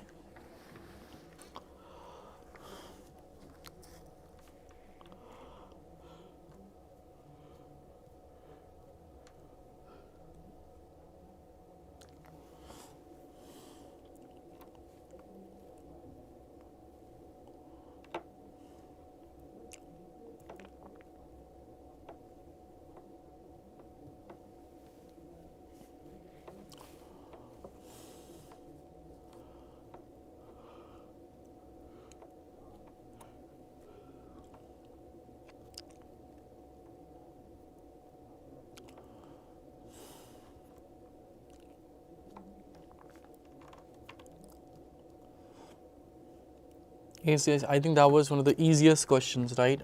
And I should explain that.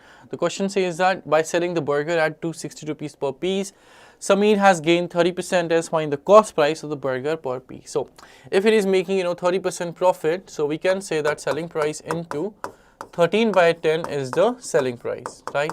Why 13 by 10? See guys, 30% is 3 by 10, and we write 1 plus 3 by 10 in case of the profit. In case of loss, we will write 1 minus 3 by 10, but in case of profit, it should be 1 plus 3 by 10, which should be 13 by 10. So CP into 13 by 10 is the SP, and the selling price we know is rupees 260. That's it. So what should be the cost price? It should be rupees 260 into 10 by 13. Guys, 260 by 13 is 20, and 20 into 10 has to be 200 in the end, right? 20 by 10 has to be 200. That's it. So per piece price of samosas is rupees 200. Simple, guys. Option number B. Let's move to the next problem, question number 19, everybody, right? Again, not very difficult. I'm sure you can, do this right. The simple question on profit and loss. This time we have to think about discount and markup as well.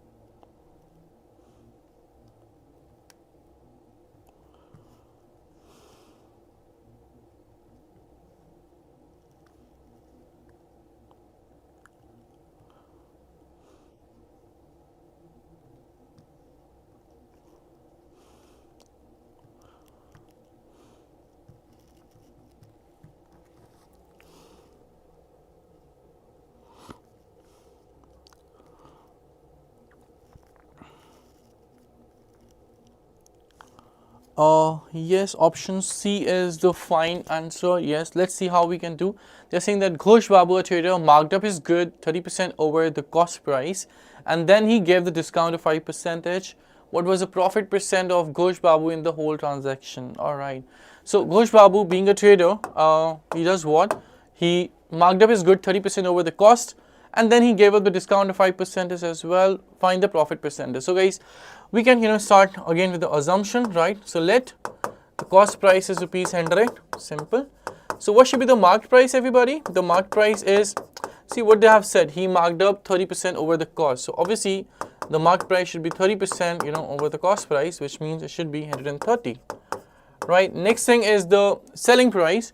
He gives the discount of 5%, right? He is giving the discount of 5%. So discount is always given on the marked price, right? 5% is decrease. Easy data, guys. So 130, 5% is how much? So 10% of 130 is 13, and 5% is of 130 should be 6.5, right? So we can say what? We decrease 6.5 from this. We shall get how much? So guys, 130 minus 6.5, we can say 124 minus 0.5 is 123.5, simple. So finally we say that the cost is 100 and the selling price is 123.5. What should be the profit percentage, right? Guys, that's the last thing we have to find out. See, we assume 100 because of a reason, so that percentage calculation gets easier, right? So profit is 23.5, cost is 100.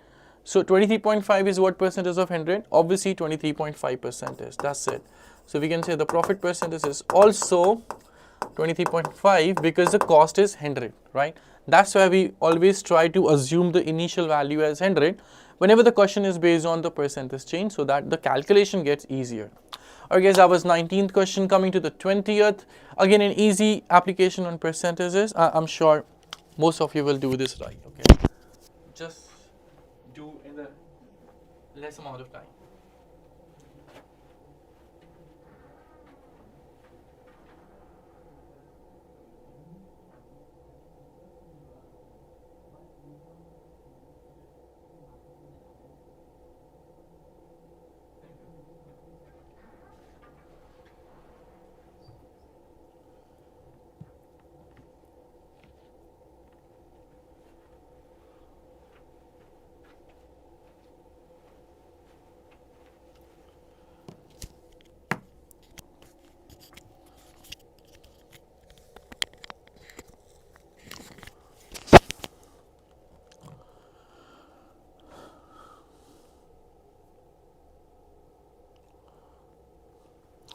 Alright guys, I think that's an easy problem, right? So we should start discussion, right? The question says the value of p percent. Okay guys, is one, you can say one term is missing, but I'm sure most of you would have understood. The question is p percentage of q, right? It is saying p percentage of q plus q percentage of p, and we have to check which of the options can be right. Okay, so let me write it again. First they are saying p percentage of q, and then they are saying q percentage of p. So what should be the calculation, guys? First thing, p percentage means we can say p by 100 of q. Q percentage we can say is q by 100 of p, right? Then we can say this as pq by 100. We can say this as qp by 100, which we can also say pq by 100, same thing, right? Now once we add them, we'll say this is 2pq by 100, right? This is 2pq by 100. Now guys, you can do one thing. We can just look at the options, that which option works here the best. So first option is p percentage of q. Okay, we can quickly write their values. Okay, this is, we can say pq by 100. The second option is q percentage of p, that is also pq by 100. The third option, guys, once you calculate, okay, 2 percentage of pq, you will find that this is 2 upon 100 into pq. That means 2 pq by 100, right? This is coming 2 pq by 100. The next option is what, everybody? If we solve the next option, pq percentage of 3, so we'll say pq by 100 into 3. That means 3 pq by 100. Okay, that means 3 pq by 100, and the last is none of these. So I'm sure you can see that which option suits here the most. Answer is 2 pq by 100, and this is matching the option number C, which is 2 percentage of PQ. So guys, C option is the best option over here. Easy question, right? I'm sure this, you must be finding this an easy one. Okay, so yes, we have taken all the level of questions, right? Some students were asking me in the beginning that is this a level of NMAT at SNAP. So guys, we cannot define in a single word, right? We can say that there can be a mixture of the difficulty level in questions. So I'm sure you must have seen those mixtures, right, in the first 20 questions. Some question can be very easy, some question can be easy, and some can be moderate. Not very difficult question like cat and zat, that is for sure, right? Not very difficult question will be asked. They can be very easy, easy or moderate. You can, divide them into 3 categories actually. Okay, on that note, let's do question number 21. That's also easy one, by the way. That is an easy question.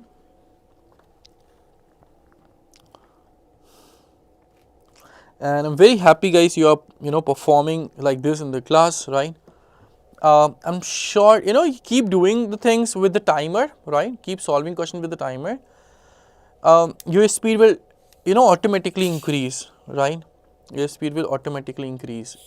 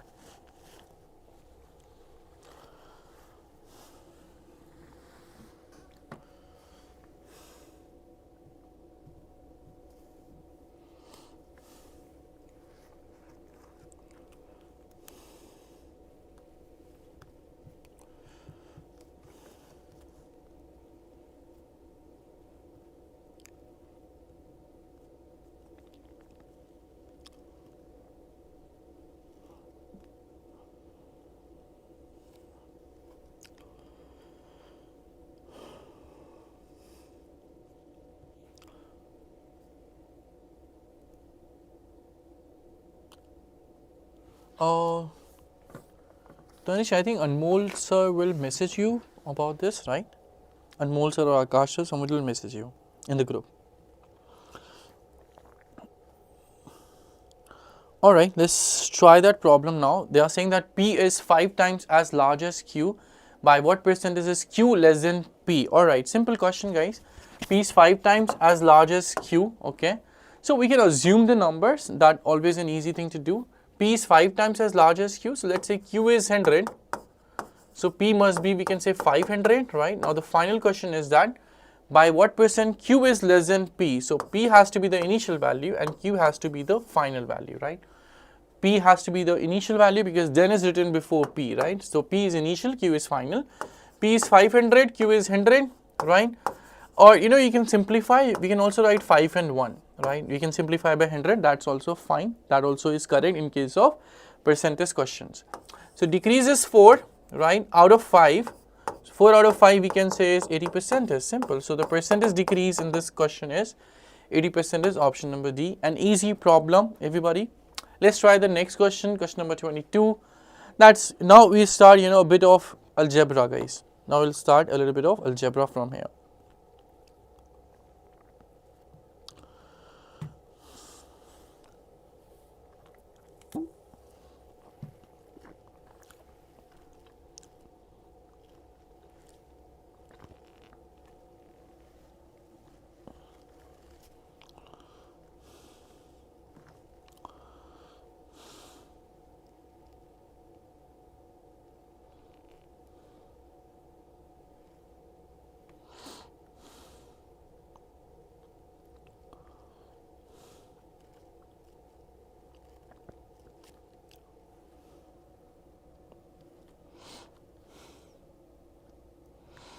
Even again an easy problem, right? Again an easy problem.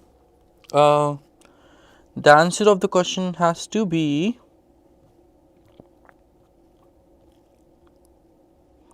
option number C. Yes, option number C, 12. That's correct. Okay, let me explain. The question says that 3x cube minus 7 is 185. Then find the value of x square minus x, right? Okay, it says 3x cube minus 7 has to be 185. So 7 goes to the right hand side. That means 3x cube has to be 185 plus 7, which we can further say as 192, right? Which you can also say 192. Now we can divide 192 by 3, right? 192 by 3, which should be 64. And 64 we also know is as 4 cube. That means the value of x has to be 4. Simple as that. The x has to be 4. Now finding x squared minus x, right? So x will be 4. 4 square minus 4, which you can say 16 minus 4, which you can say as 12 in the end. That's it, right? So this is how we solve this wonderful question, guys. Answer has to be 12. I'm sure you all understand that, right? Okay. Moving to the next problem, right? Moving to the next problem, again based on algebraic identities or algebraic equations or indices and such, the combination of all, but not a difficult problem, everybody. I'm sure you can try it in 1 minute. You can solve it in 1 minute.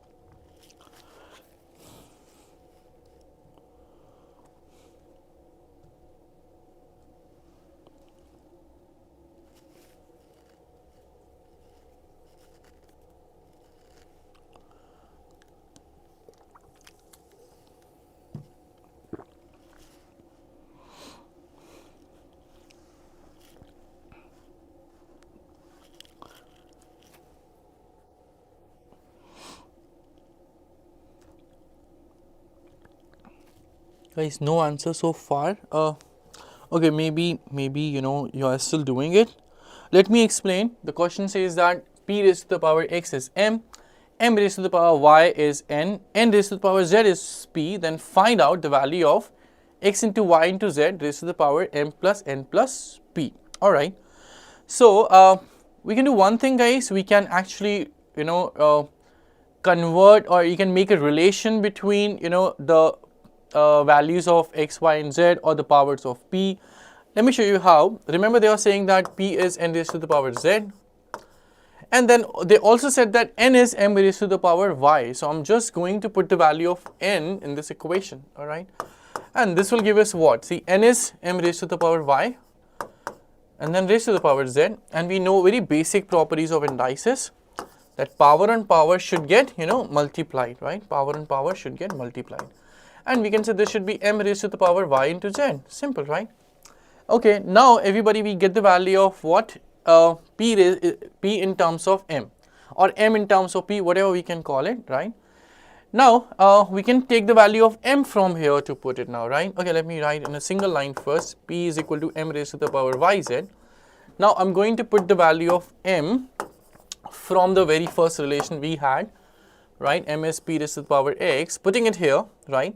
So m, we can say what? M we can say is p raised to the power x and raised to the power yz. So again, guys, power and power gets multiplied, we know that. So this has to be p raised to the power x into y into z, right? All the powers getting multiplied. So finally we have p is equals to p raised to the power x, y, z. So this is p raised to the power x, y, z, and this you can say is p raised to the power 1. This we can also say p raised to the power 1. Now once we compare them, guys, once we just compare, we can say x into y into z has to be 1. We can just say x into y into z has to be 1, and then we can just put it over here, right? We can just put in the final question. See, the question is x into y into z raised to the power m plus n plus p. See, x, y, z is, we know 1, and 1 raised to the power what? M plus n plus p, right? So guys, any power of 1 always give the answer as 1, right? We just know the fact that any power of 1 give the answer as 1. Even if the power is 0, then also 1 is to the power 0 is also 1. So we can say yes, the answer is 1 always, whatever the values of m, n and p are, right? Guys, m, n और p की कुछ भी value हो, answer हमेशा 1 ही आएगा. x, y, z की कोई भी वैल्यू हो, आंसर हमेशा 1 ही आएगा. Right? Hope this is clear to all. If not, yes, guys, always you can have the choice to write in the chat.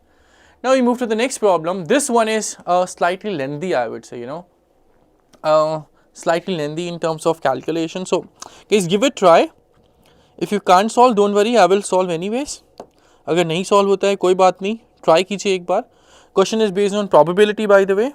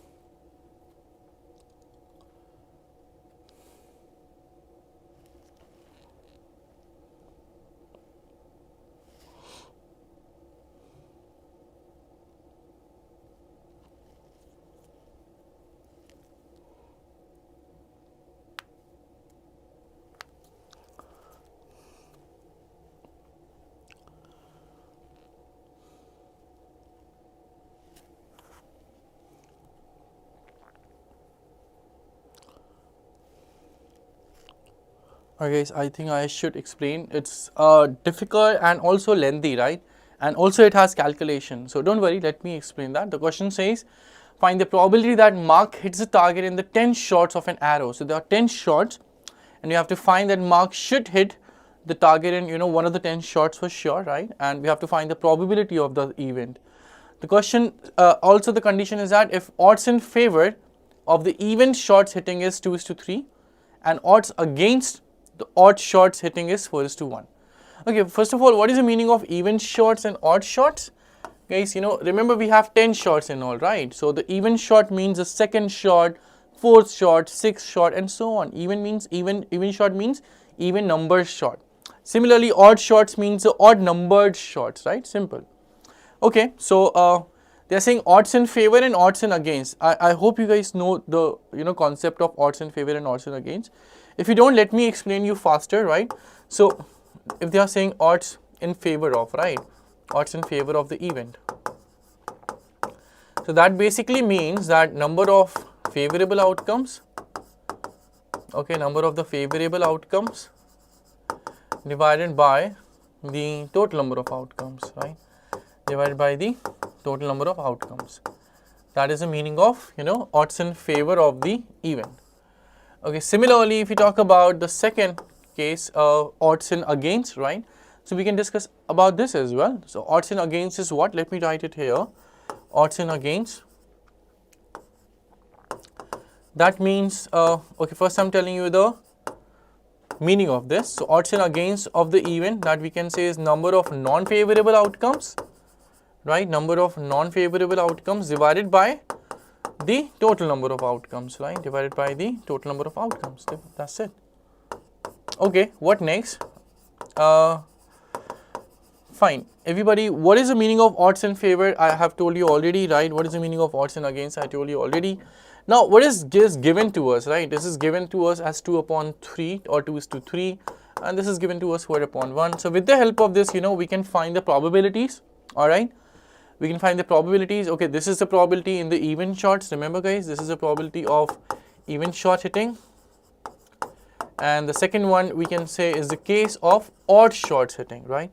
This is the case of odd shots hitting. So we'll also get the probability, of the same events, right?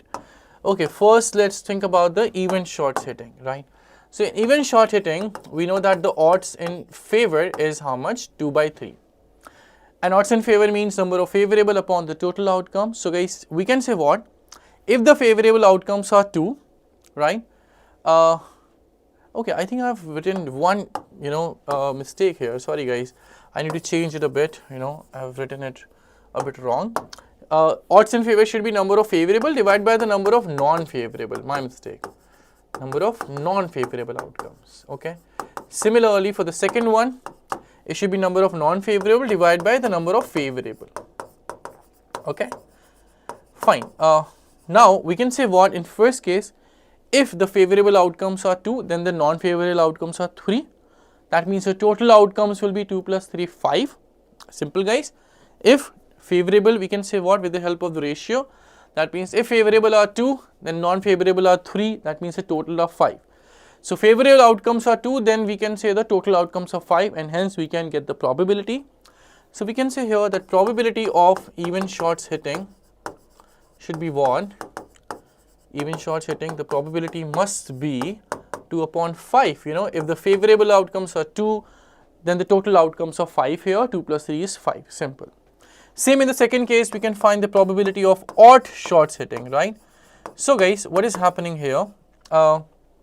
We can say when the number of non-favorable are 4, then the favorable are 1, right? When the non-favorable are 4, then the favorable are 1, and the total are 5. 4 plus 1 is 5. So what is the probability? The probability is always the number of favorable outcomes, which here is 1, divided by the total outcomes, which here is 5. 1 plus 4 is 5. That's it. So this is it, guys. We got the probability of even shot hitting and odd shot hitting, right?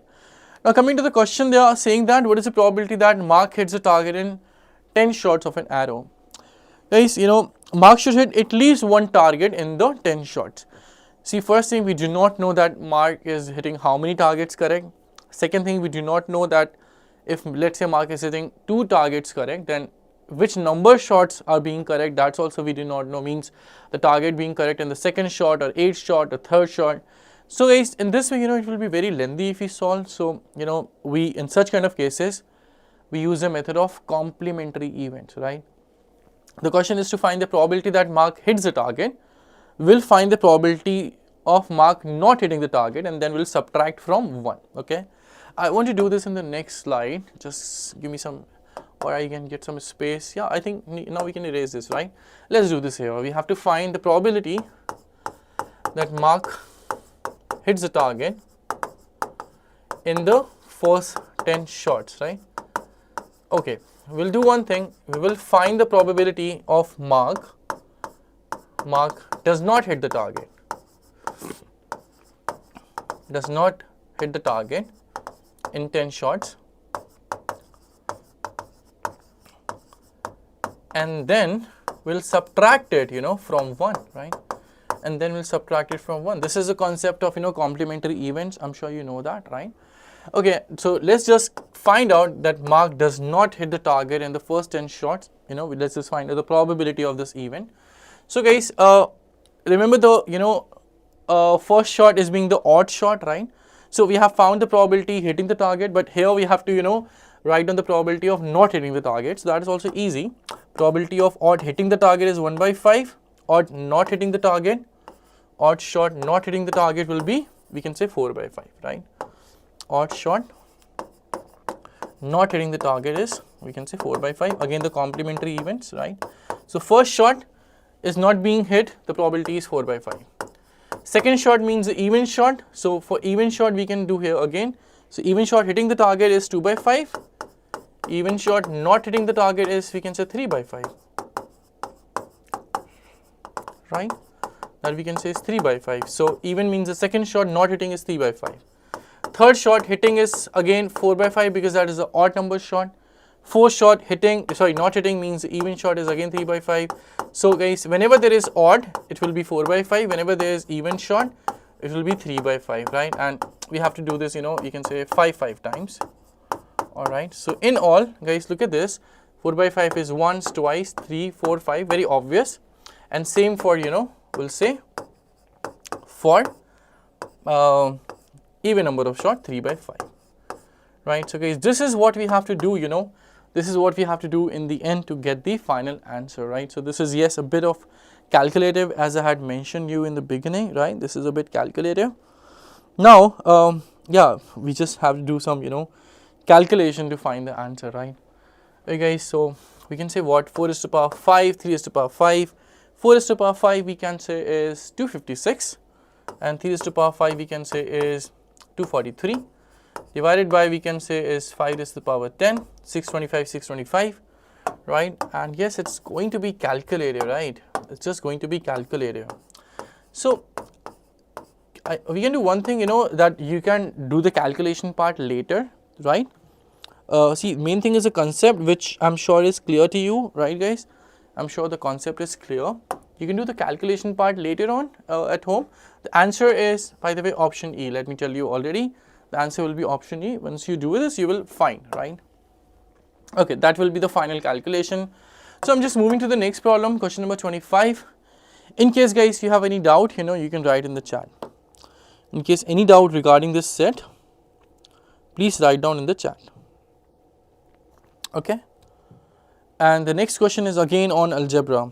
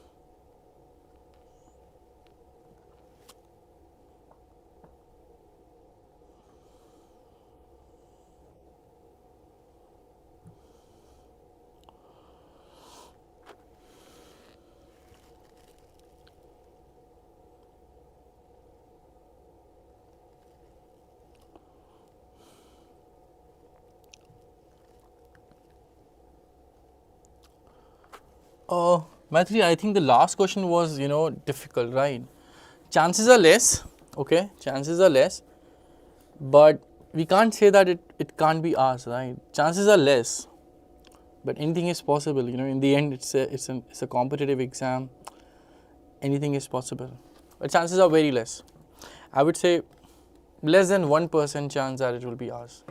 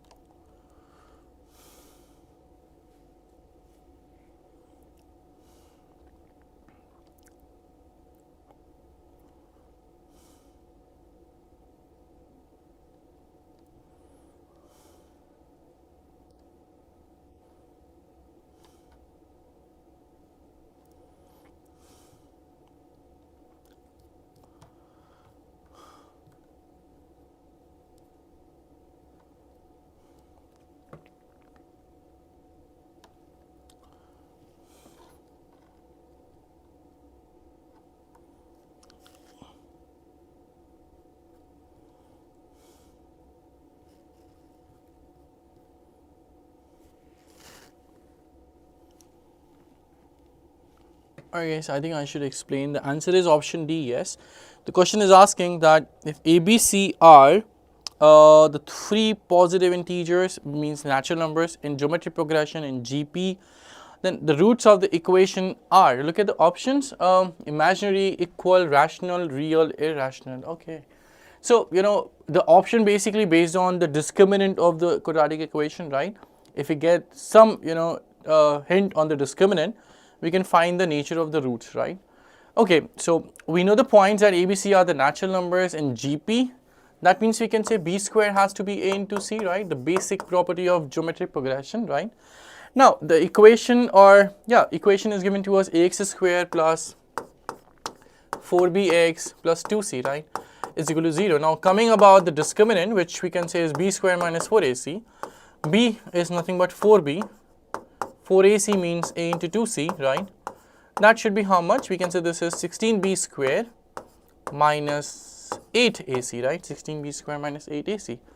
Okay. And we also know that b square should be 2ac, b square is ac, which you can put here, right? Or you can put ac is equal to b square. That will be actually better with respect to this question. So 16 square minus 8ac. ac I am substituting with b square. So 8b square, that means we can say it has to be 8b square, right? 8b square. Now guys, we all know, something very basic, that any perfect square is a positive value, right? And we are also given that ABC are, the natural numbers. So if this is a natural number, then b square will also be, positive for sure. And it will be strictly positive, right? It cannot be 0 as well. Why? Because ABC are natural numbers. So square of natural number cannot be 0, obviously. This should be greater than 0. That means 8b square should also be greater than 0, which is nothing but the discriminant. So discriminant is greater than 0, simple. If discriminant is greater than 0, that means the roots have to be real. Simple. Option number D, the real roots. Right guys, anybody any doubt over here? Anyone any query with this? You are free to ask me, right? Simple question. Okay, तब भी कोई doubt है आप please chat में लिखिए guys, तब तक हम लोग आगे बढ़ते हैं. Next question is also easy question based on quadratic, an easy problem.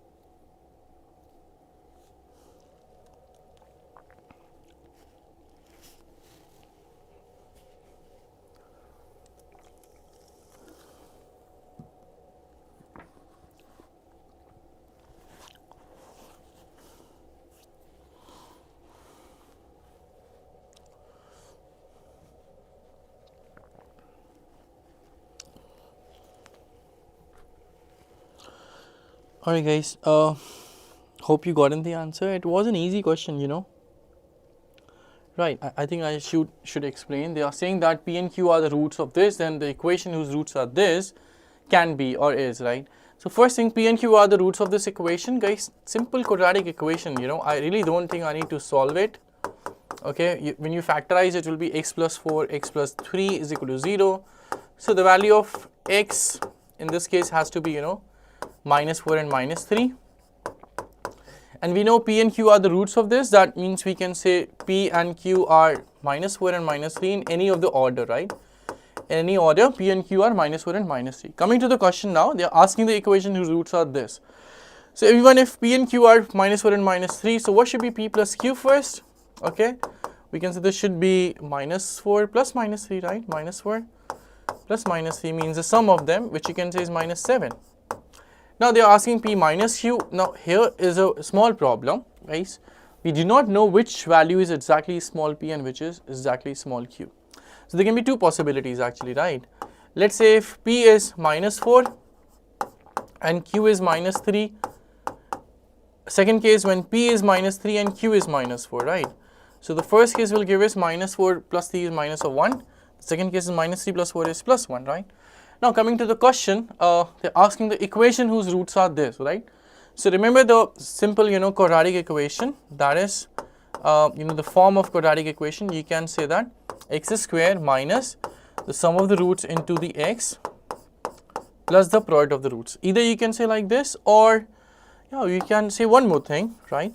This is one of the ways, or we can also say, you know, we can also say the equation of any quadratic equation can be written as x minus alpha into x minus beta is equal to 0. What is alpha and beta, guys? Alpha and beta are the roots, right? Alpha and beta are nothing but the roots. And remember, we know जिस equation को guys हम find out करने जा रहे हैं उसके roots क्या होंगे? P plus q whole square, P minus q whole square, right? So by the way, what is P plus q whole square and P minus q whole square? I did not write it yet, okay? Let's quickly write it. So everyone, P plus Q we have calculated how much? Minus 7, right? So what should be P plus Q whole square? P plus Q whole square should be minus 7 square, which is 49, you know, which is nothing but 49. Now second root is P minus Q whole square, which you can say is what? P minus Q means we can say either plus 1 or minus 1. But good thing is that whatever it is, either plus 1 or minus 1, the square of this has to be 1. That's a good thing. Now let's say one of the root is called as alpha and second is beta.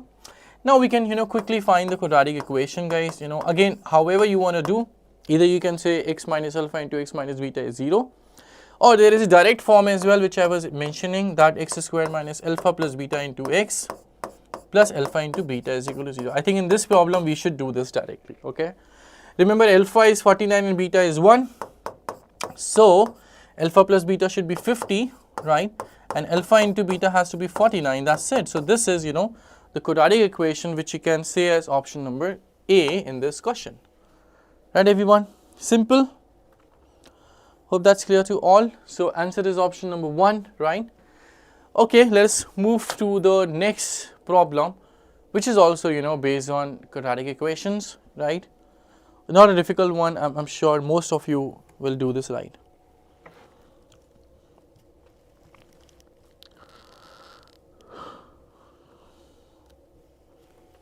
One minute, guys. Again, 1 minute time.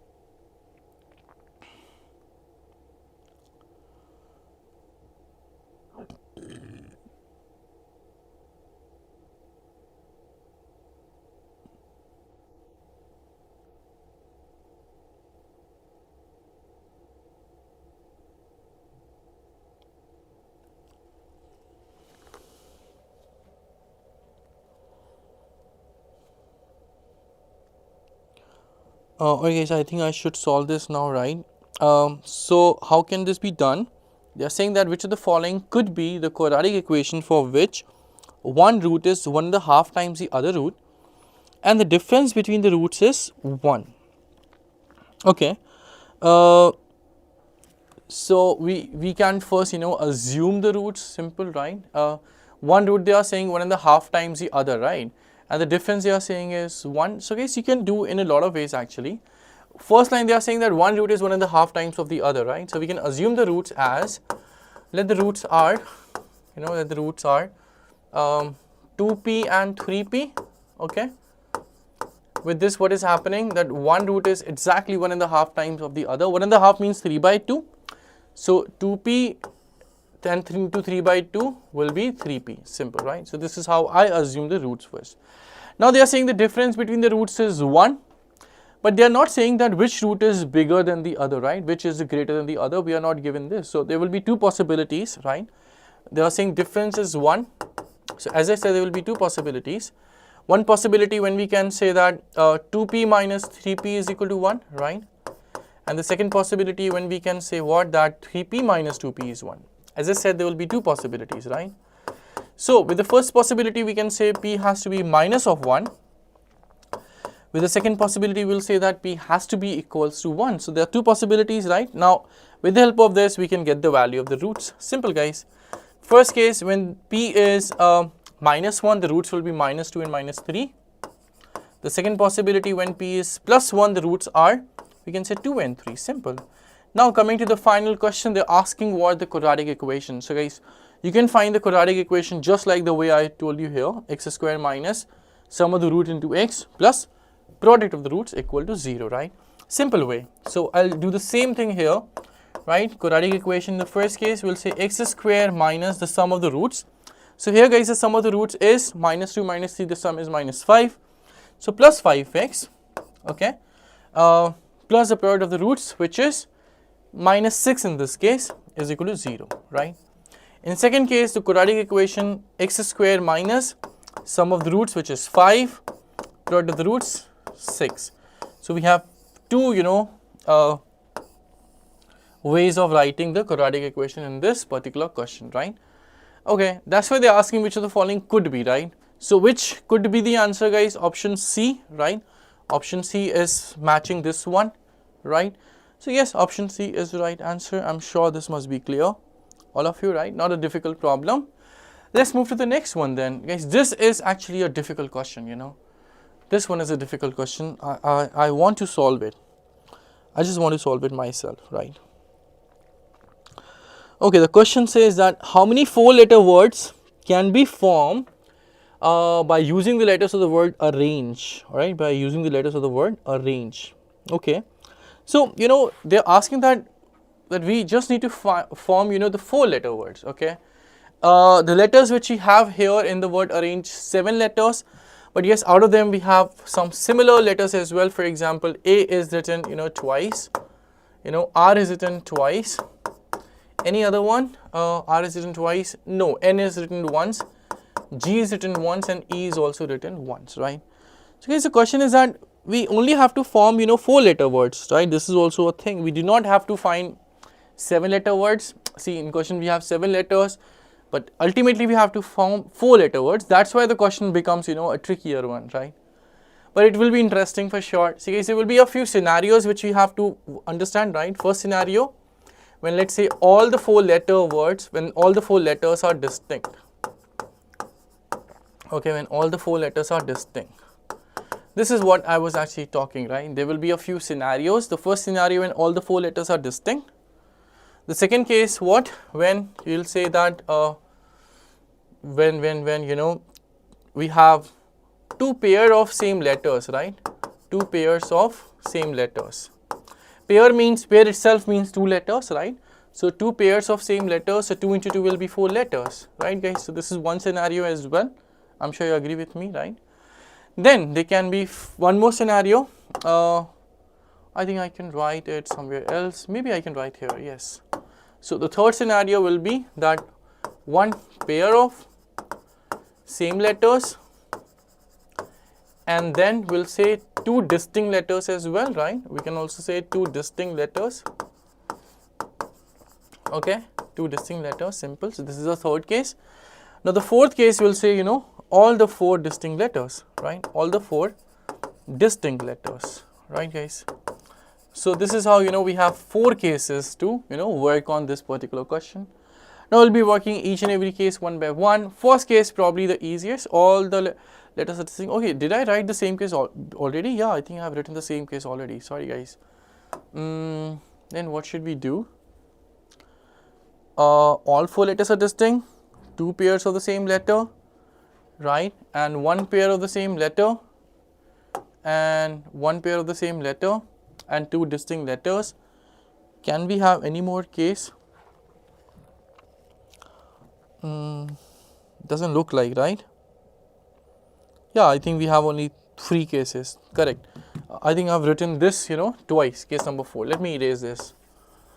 Alright, so we have three cases only. Case number 1, the easiest one probably, right? So they are saying all the four letters should be distinct, right? All the four letters should be distinct. So guys, how many letters do we have? 7, right? But how many distinct letters do we have? Okay, the distinct letters you can say we have 4 only, right? The distinct letters we have are 4 only, or maybe 5, sorry, we have 5 distinct letters which are A, R, N, G, E. So first case when we have to take, 4 distinct letters means 4 out of these 5 letters. We have to consider 4 out of these 5 letters, and that can be first chosen in 5C4 ways, basic combination, right? And then guys, we also have to form the words with the help of this, and the words can be formed in factorial 4 ways, right? The words can be formed in factorial 4 ways, simple, right? Hope that's understood to all. The first case, right? This is the first case in which how we can draw the, how we can yes, in how many ways we can draw the 4-letter words, the first case. Second case, two pairs of the same letters, right? Two pairs of the same letters. So guys, the same letters which can appear, those are here in this case only A and R, right? Those are only A and R. That's actually easy, right? Two pairs of same letters, that means you have to form 4 letters, and those 4 letters can only be double A double R. Isn't guys, in this case the 4 letters can only be double A double R, because there are only 2 letters which can appear twice, which are A and R. Okay, now we got the letters, that's for sure. In just one way we got the letters, but ultimately we have to make the words. That means we have to arrange these letters in a straight line as well. And how shall we do that? Remember, we have 4 letters or 4 articles, among which 2 are of same type and 2 are also of the same type. They individually are of other type, but they are also same type. These 2 are of same type, these 2 are also same to each other, right? So this can be done in how many ways? Total articles divided by factorial 2 for A and factorial 2 for R, right? Simple guys. This is the second case. Anybody any doubt with the first 2 cases? Guys, you can always write, I hope you are focusing and writing as well in between whenever required. Okay, this let's also calculate quickly. This will be 5 into 24, which we can say is 120.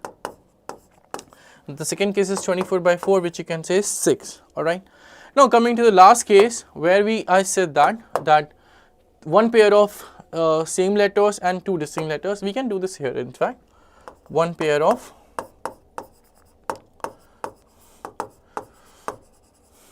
same letters and 2 distinct letters, right? So guys, first thing, which which pair of the letters can be chosen? I mean, which letter can be chosen as a pair? So as a pair we can only choose A and R. Remember, as a pair we can only choose A and R, and we have to take only one pair of those letters, right? So we'll choose either A or we'll choose R, right? And that can be done in first 2C1 ways. Simple, that can be done in 2C1 ways. First thing, okay, suppose guys A has been chosen, right? If we have chosen A here, then how many letters are left here? If you have taken A here, okay, then we can choose R here, and we can take N here and G here and E here, right? If R is being taken here, if A is being taken here, then we have the choice of R, N, G and E over here, right? And the other case, let's say Now if you know R is chosen in the first case, let's say R is being chosen in the first case, then here the second letter can be either A, N, G or E, simple, right? So the first pair of first letter can be chosen in 2C1 ways, and the remaining two letters can be chosen, you know, in the other two letters will be chosen among these four letters. The other two letters should be chosen among these four letters. So in 4 letters we have to choose 2 letters. That can be done in 4C2 ways, right? Among the 4 letters we have to choose 2 letters. That must be done in 4C2 ways, simple. Now guys, you have to arrange them as well. Remember, right now we have only selected the letters. Now coming to the arrangement part. Now the arrangement part, we know we have 4 letters, right? So factorial 4. Among these 4 letters, 2 letters should be same. Remember, one pair of same letters, and that should be done in factorial 2, which should be divided. Remember guys, you know, among the 4 articles we have 2 articles similar, so factorial 2 should be divided. That's it. So finally we got the, you know, you can say final expression, which you just have to, you know, calculate. 2C1 is 2, 4C2 is 6, factorial 4 is 24, by 2 is 12, so 12 into 12 is 144. That's it, right? Finally guys, we got the whole calculation. Now it is, you know, adding all of them, total number of words. You know, we have to add all these 3 cases because there is a condition of OR in these 3 cases. First case 120, second case 6, third case 144. That will give us 270, and that says option number D is the final answer with us. Right guys, I'm sure this must be clear. This was a lengthy question guys, you know, I wouldn't say this was very difficult, but that was a lengthy one. So yes, in case of any doubt, you can write me, anybody?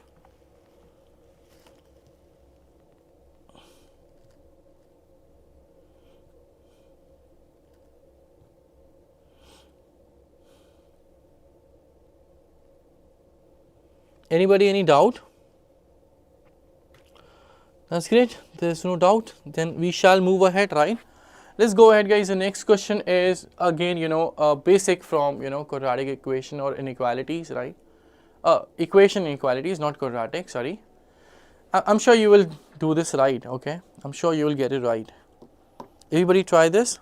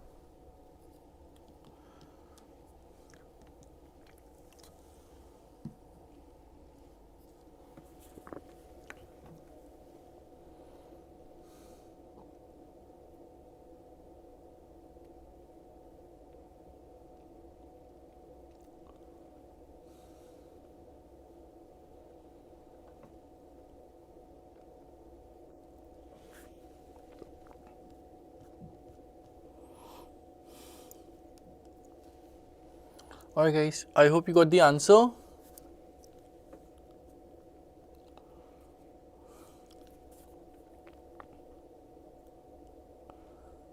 Option B, yes, option B is the right answer. Very good. Okay, how shall we do it? The question says that 2x minus 1 cube plus 3 less than equal to 19, then the value of x must be, options are greater than equal to 3, less than equal to 3, greater than equal to minus 3, less than equal to minus 3, less than minus 3, or greater than 3. Okay, so let's try to deal with this inequality. It says 2x minus 1 cube plus 3 less than equal to 19. So taking 3 here, it will be 16, right? I'm trying to do a few steps. Okay, let me write each of the steps, don't worry. Right hand side is 19 minus 3 is 16. Dividing by 2 has to be, 8, right? Now guys, this actually left hand side is, cubic. Okay, so with cubic, good thing is what? That even if we remove the sign of cubic, right, remove that power 3, the inequality sign doesn't change because cubic means the power is odd. If the power is even, then there will be, two relations in inequality, but luckily here, there will be only one relation in the end. So we can say what? That x minus 1 should be less than equal to 2, that's it. Or we can say x should be less than equal to 3, that's it. And hence we can say the answer is option number B, right? Everybody? Great. Any doubt you can write as always. Coming to question number 30th, guys. Again, you can try for maybe 1.5 minutes or 1 minute.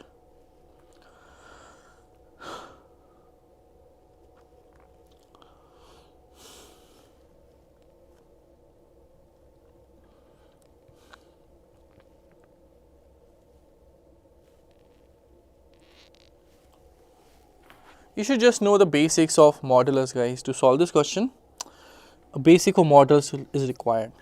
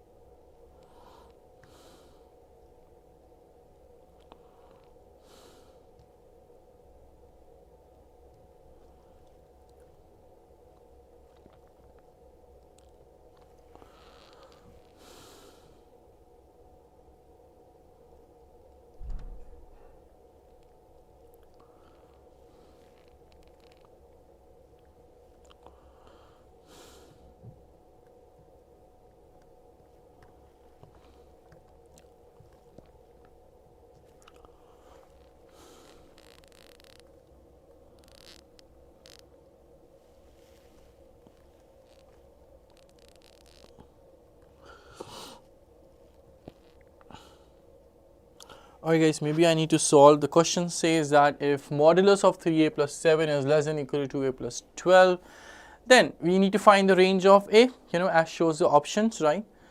How do we do? This is, question based on the modulus inequality, right? So guys, the modulus inequality, the modulus is in the 3a plus 7, right? The modulus is with 3a plus 7. So what do we have to do? We can take a few cases, right? Let's say case number 1 and case number 2. Case 1 when 3a plus 7 is, greater than or equal to 0, alright. Case 2 we can say 1 when, that 3a plus 7 is less than 0, okay.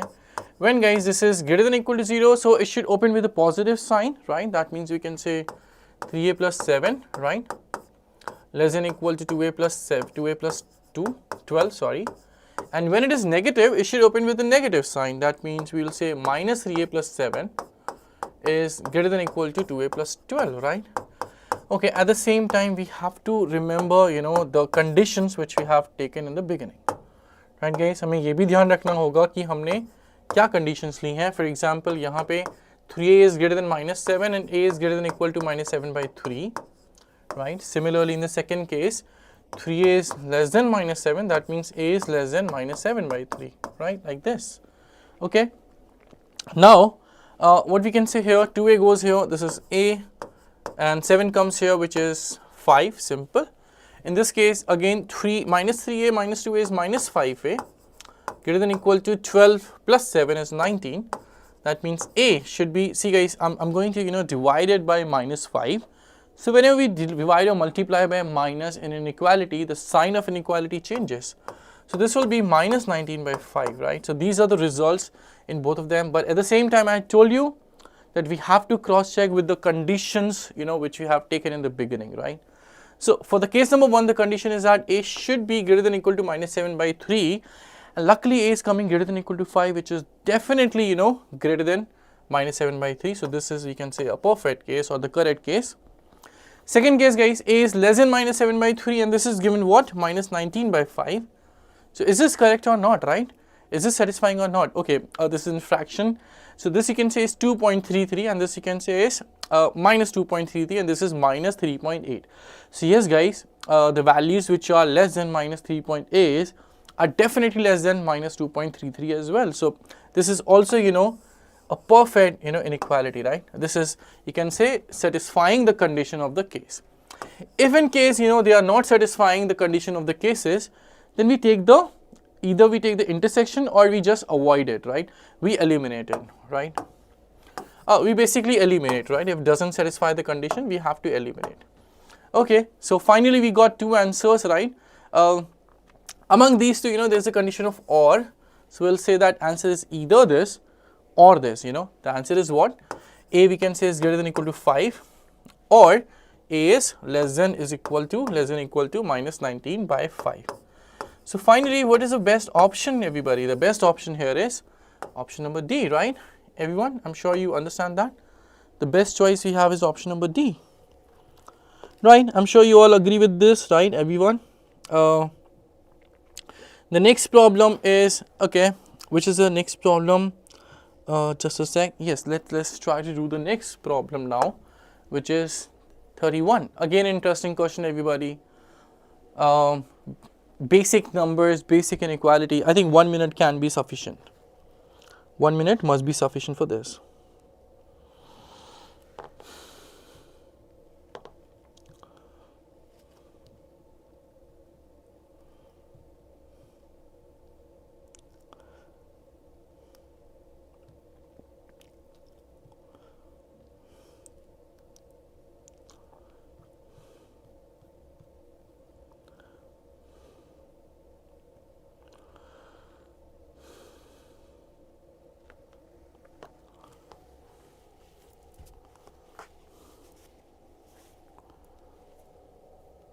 Alright guys, we don't have any, you know, other sessions today, so this is the only class we have. I'm basically talking for, you know, the NMAT students with iQuanta, right? We usually have a session at 4. Some students are asking me, that's why I'm, you know, just telling it. Some students are asking me in the chat. So we may, you know, have a bit longer live class, this one, right? Not very long. Let's try to finish as many questions as we can today.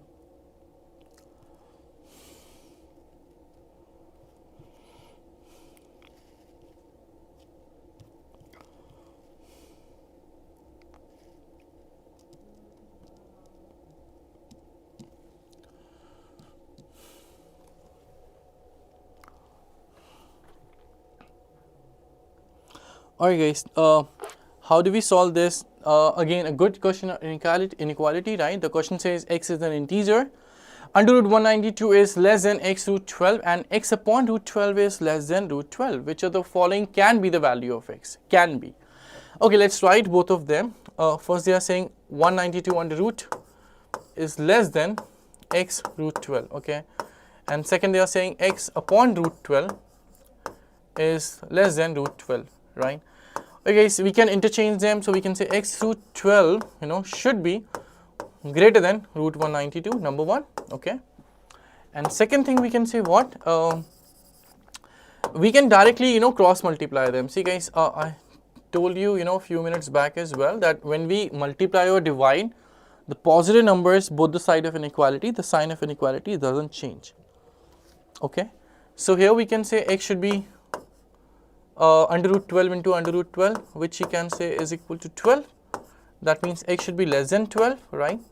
And over here, guys, we can say x is greater than under root 192 by 12. This can be divided because the powers are same, okay?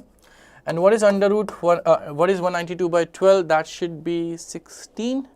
Yes, that should be 16. Simple. So x is greater than under root 16. What is under root 16? Under root 16 is obviously 4. So that means x is greater than 4 and x is less than 12. So, you know, finally we can say what? That x should be greater than 4 but less than 12, right? or x should vary between 4 and 12. Simple. X should vary between 4 and 12. So is which number varies between 4 and 12? Among the options, only 5, only option D, 5 varies between 4 and 12. That's it. Right, answer is 5. Yes, Leher, the answer is 5. Simple. Okay, everybody, that's an easy one. Let's do a few more. Oh, maybe we can, alright guys, after that, we have the DI sets, right? You have the DI set. So shall we, I think we can do the remaining questions in the next session, guys. The DI sets we can start in the next one. Right, what do you all say? We can do the DI sets in the next session, in the fresh one.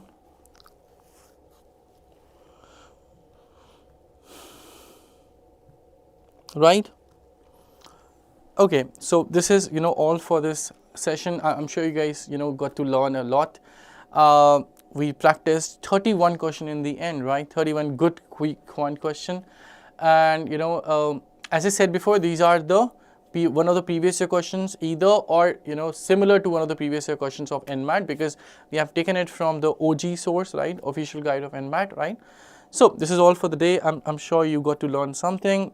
Next class, guys, we'll be meeting in YouTube QA marathon. We'll be doing some DI sets, all right, and yes, we'll be doing some more sets of QA and LR, so that we can help you as much as we can. Thank you so much. Till then, guys, in case of any doubt, you can write in the comment, right? Anything if you want to write, you can just write in the comment. Anything you want us to do more for you, anything you want us to cover, then you can also write in the comment. Thank you so much, guys. Bye bye, take care. Okay, thank you, everybody. Wish you happy Diwali, guys, in advance, right? Bye bye.